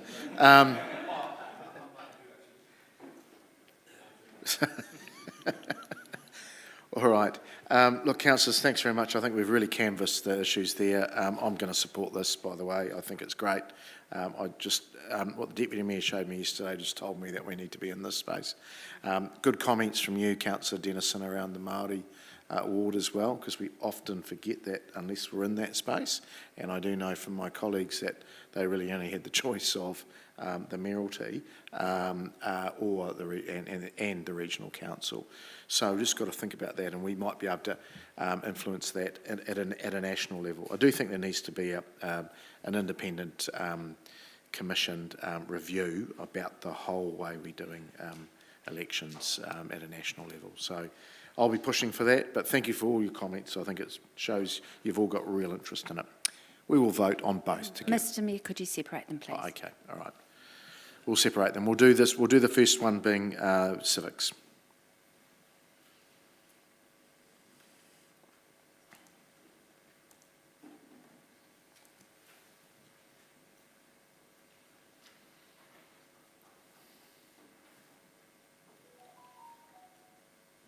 That has passed 14 votes for and 2 against.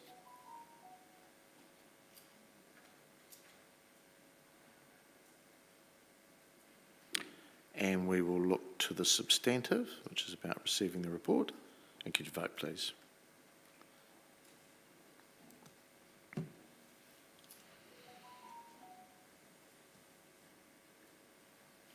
And that's passed 16 votes for and none against.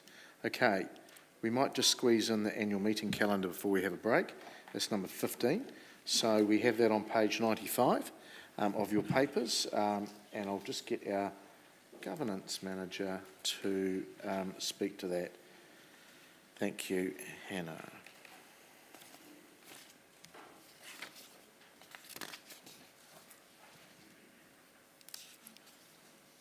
Thank you, Mr Mayor. There's only one thing to note here, members. It's in February, we need to make some space because we've had significant interest in speaking to submissions on the street racer bylaw. So I'd like to recommend that we swap and have had a conversation with the appropriate chairs, the 15th of February meeting of Strategy and Finance and the 22nd of February meeting of the Community Committee. Oh, sorry, thank you very much. It's March. I haven't got it in front of me. My apologies. 15th of March and the 22nd of March. So Strategy and Finance would then be on the 22nd and Community Committee would then be on the 15th. And that should give us enough time to hear from those submitters. The other comment that I received on the draft was just a minor edit in the text under membership of hearings. So under minor edits, I would just change the word, thank you, Councillor Barrett, the word and to which may include, so the sentence will read, David McMahon District Plan Chair, independent commissioners, which may include elected members. All good. Look, thank you, Hannah. I'll open up for any questions. It has been well circulated and I appreciate those that just came back with any tweaks that were necessary. We're well versed in this now. I understand Wednesdays are the day, and so do the governance team and the staff. And we're trying to push everything to those Wednesdays. We have more councillors around the table that work now. Also, we've tried to be mindful of just ensuring no meetings in July, also school holidays, just to give that work-life balance which we spoke about at the beginning of the term. Probably worth noting too that we've added for the the Rangitane on Manawatu meeting, we've added marae to that as well. No questions? All right. I'll look to annual meeting calendar 2023. Resolve, I'll look to move that. Resolve to adopt the annual meeting calendar 2023 Appendix 1, subject to the following amendment, to swap the strategy and finance meeting on the 15th of March with community on the 22nd of March. Seconded by the Deputy Mayor. Open up for any comments. There being none, we will vote.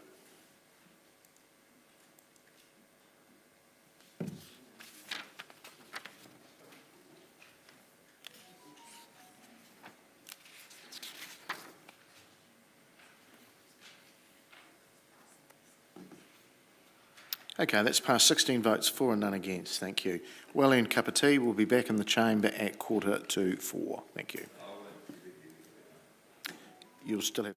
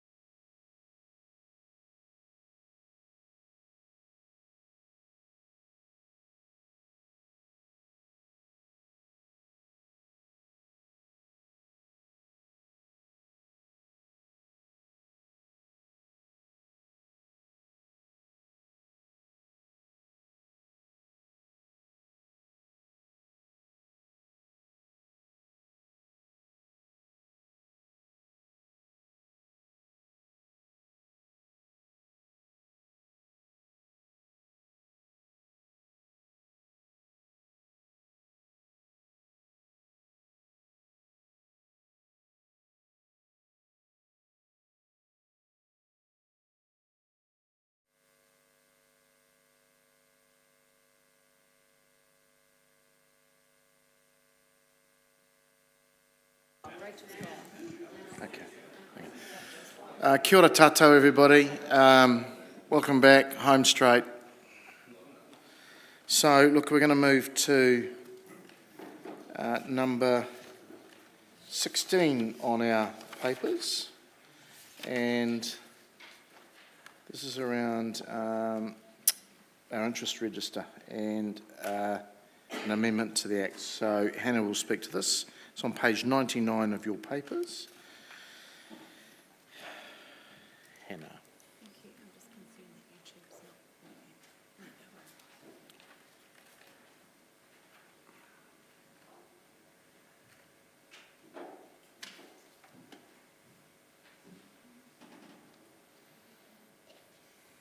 Members, only to say I have Kate Scrace, our legal advisor, here if you have any tricky questions, but this is the new piece of legislation that has been signalled to you a couple of times now in your candidate handbook, but also in the recent Code of Conduct that was passed. But happy to take any questions about the process.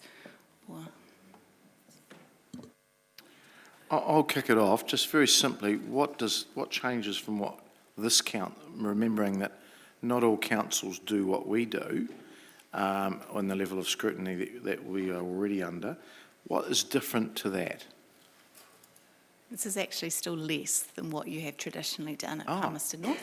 The difference is that there will be, the key difference is there will be a register, a summary on the website which will be available.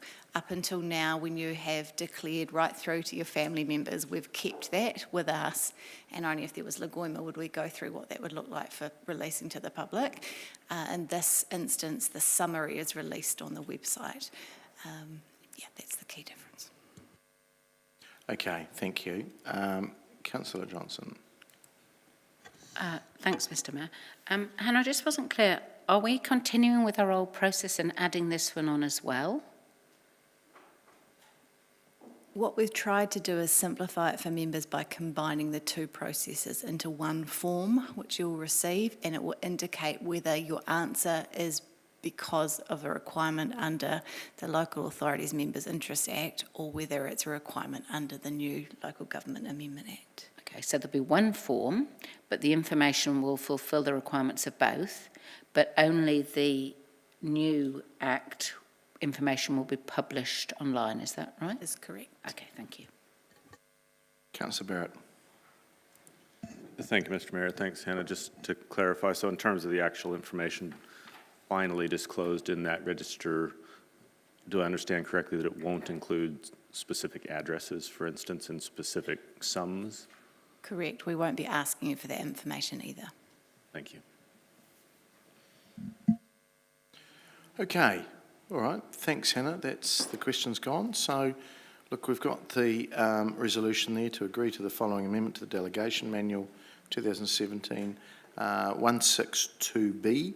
Legal counsel is appointed register to exercise the functions, powers and duties under the section 54G 1 of the Local Government Pecuniary Interest Register Amendment Act 2022. I'm happy to move that, seconded by the Deputy Mayor. There being any comments, we'll vote.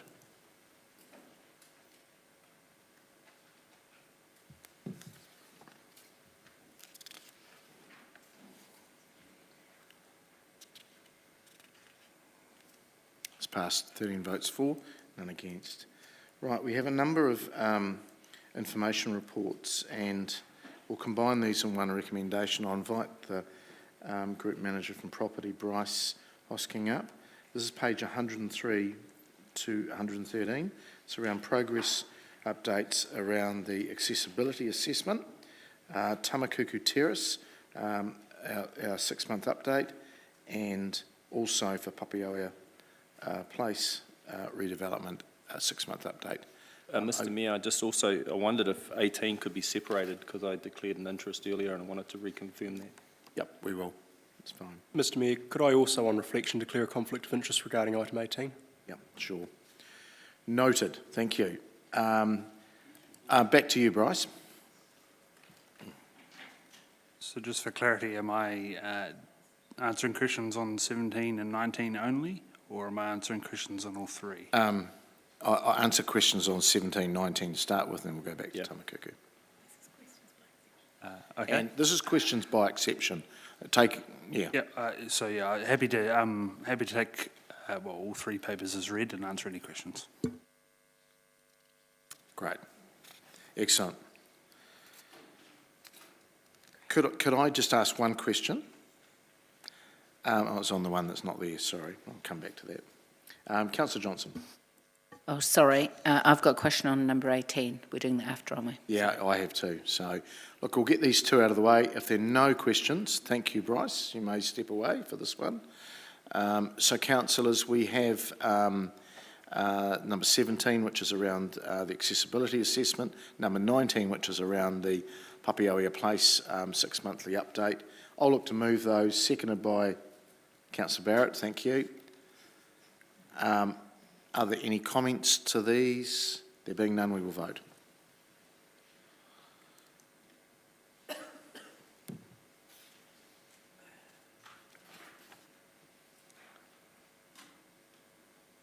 has passed 13 votes for and none against. Thank you. All right. We now go to number 18. I'll just ask the two councillors to maybe just step away from the council table. Thank you. So, Bryce, this is around Tamakuku Terrace. I'll go to Councillor Johnson first and then I'll chip in. Thanks, Mr Mayor. I've got a couple of questions, Bryce. The first one is, have the titles now been issued?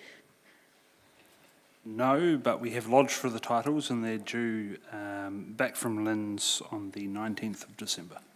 Okay, thank you.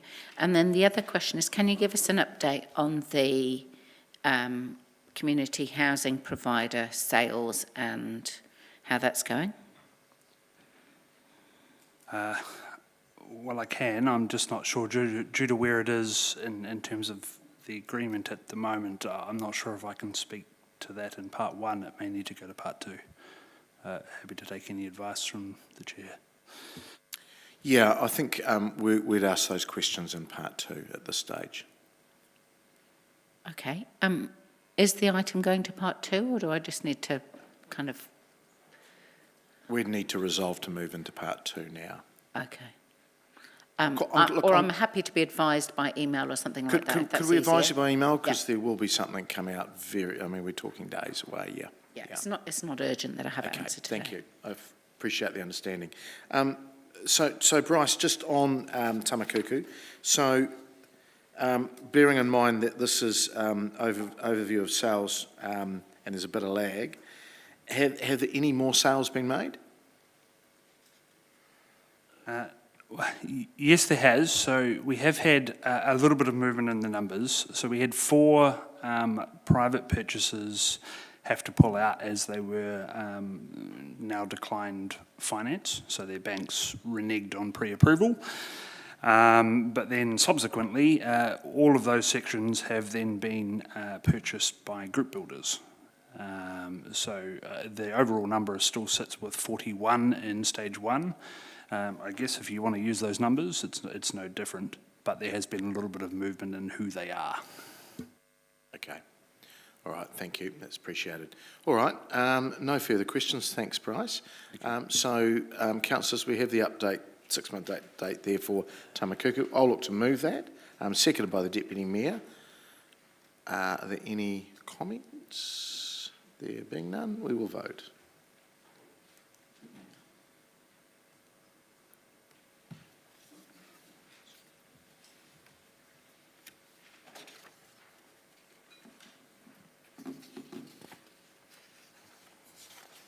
That's passed 11 votes for, none against. Thank you. Okay, we look to our council work schedule, and that's number 20. It's page 117 of your papers, and it's around resolving and receiving the work schedule dated 7th of December 2022. I'll look to move that. Seconded by the Deputy Mayor. Are there any matters arising from that? Councillor Johnson. Just wanted to indicate, Mr Mayor, that the Community Development team did discuss the night shelter report coming to Community Committee, and I felt that that would be okay. So in case anybody thinks I might be unhappy with it, I had been consulted ahead of time. Great, thank you. Councillor Barrett. Thank you, Mr. Mayor. Just wanted to query around the annual presentation disability reference group. Through you to officers, as the number of reference groups has grown, is there a view in the future towards sort of coordinating those presentations from reference groups so they can kind of hear from each other as well as us hearing from them? I wouldn't say we've quite got to that level of coordination, but that is the aim. So disability are coming to us because they were previously meant to come to us, so this is a catch-up for them. But going into 2023, we'll aim to try and get the three groups that we have formally got established lined up. That is the aim. Thank you. Thank you. Okay. All right. We'll vote, please.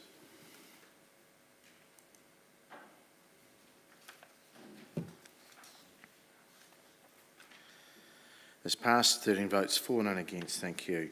Right, number 21 is moving into part 2.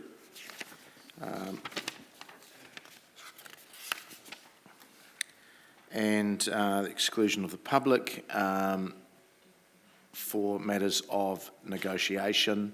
And I'm quite happy to resolve that the public be excluded from the following part of the meeting for the reasons listed in the table below, and seconded by the Deputy Mayor. Any questions or matters arising to that? Councillor Arnott.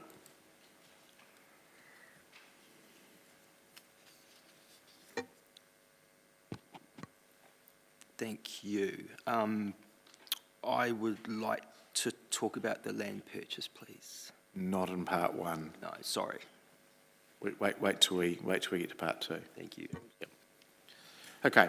So, councillors, what we're doing, and perhaps I should have explained this a bit better, we have to move into part 2 to be able to discuss this part of the next part of the meeting. So, councillors, we're just going to resolve to move into that confidential part of the meeting. So, I'll ask you to vote accordingly, please.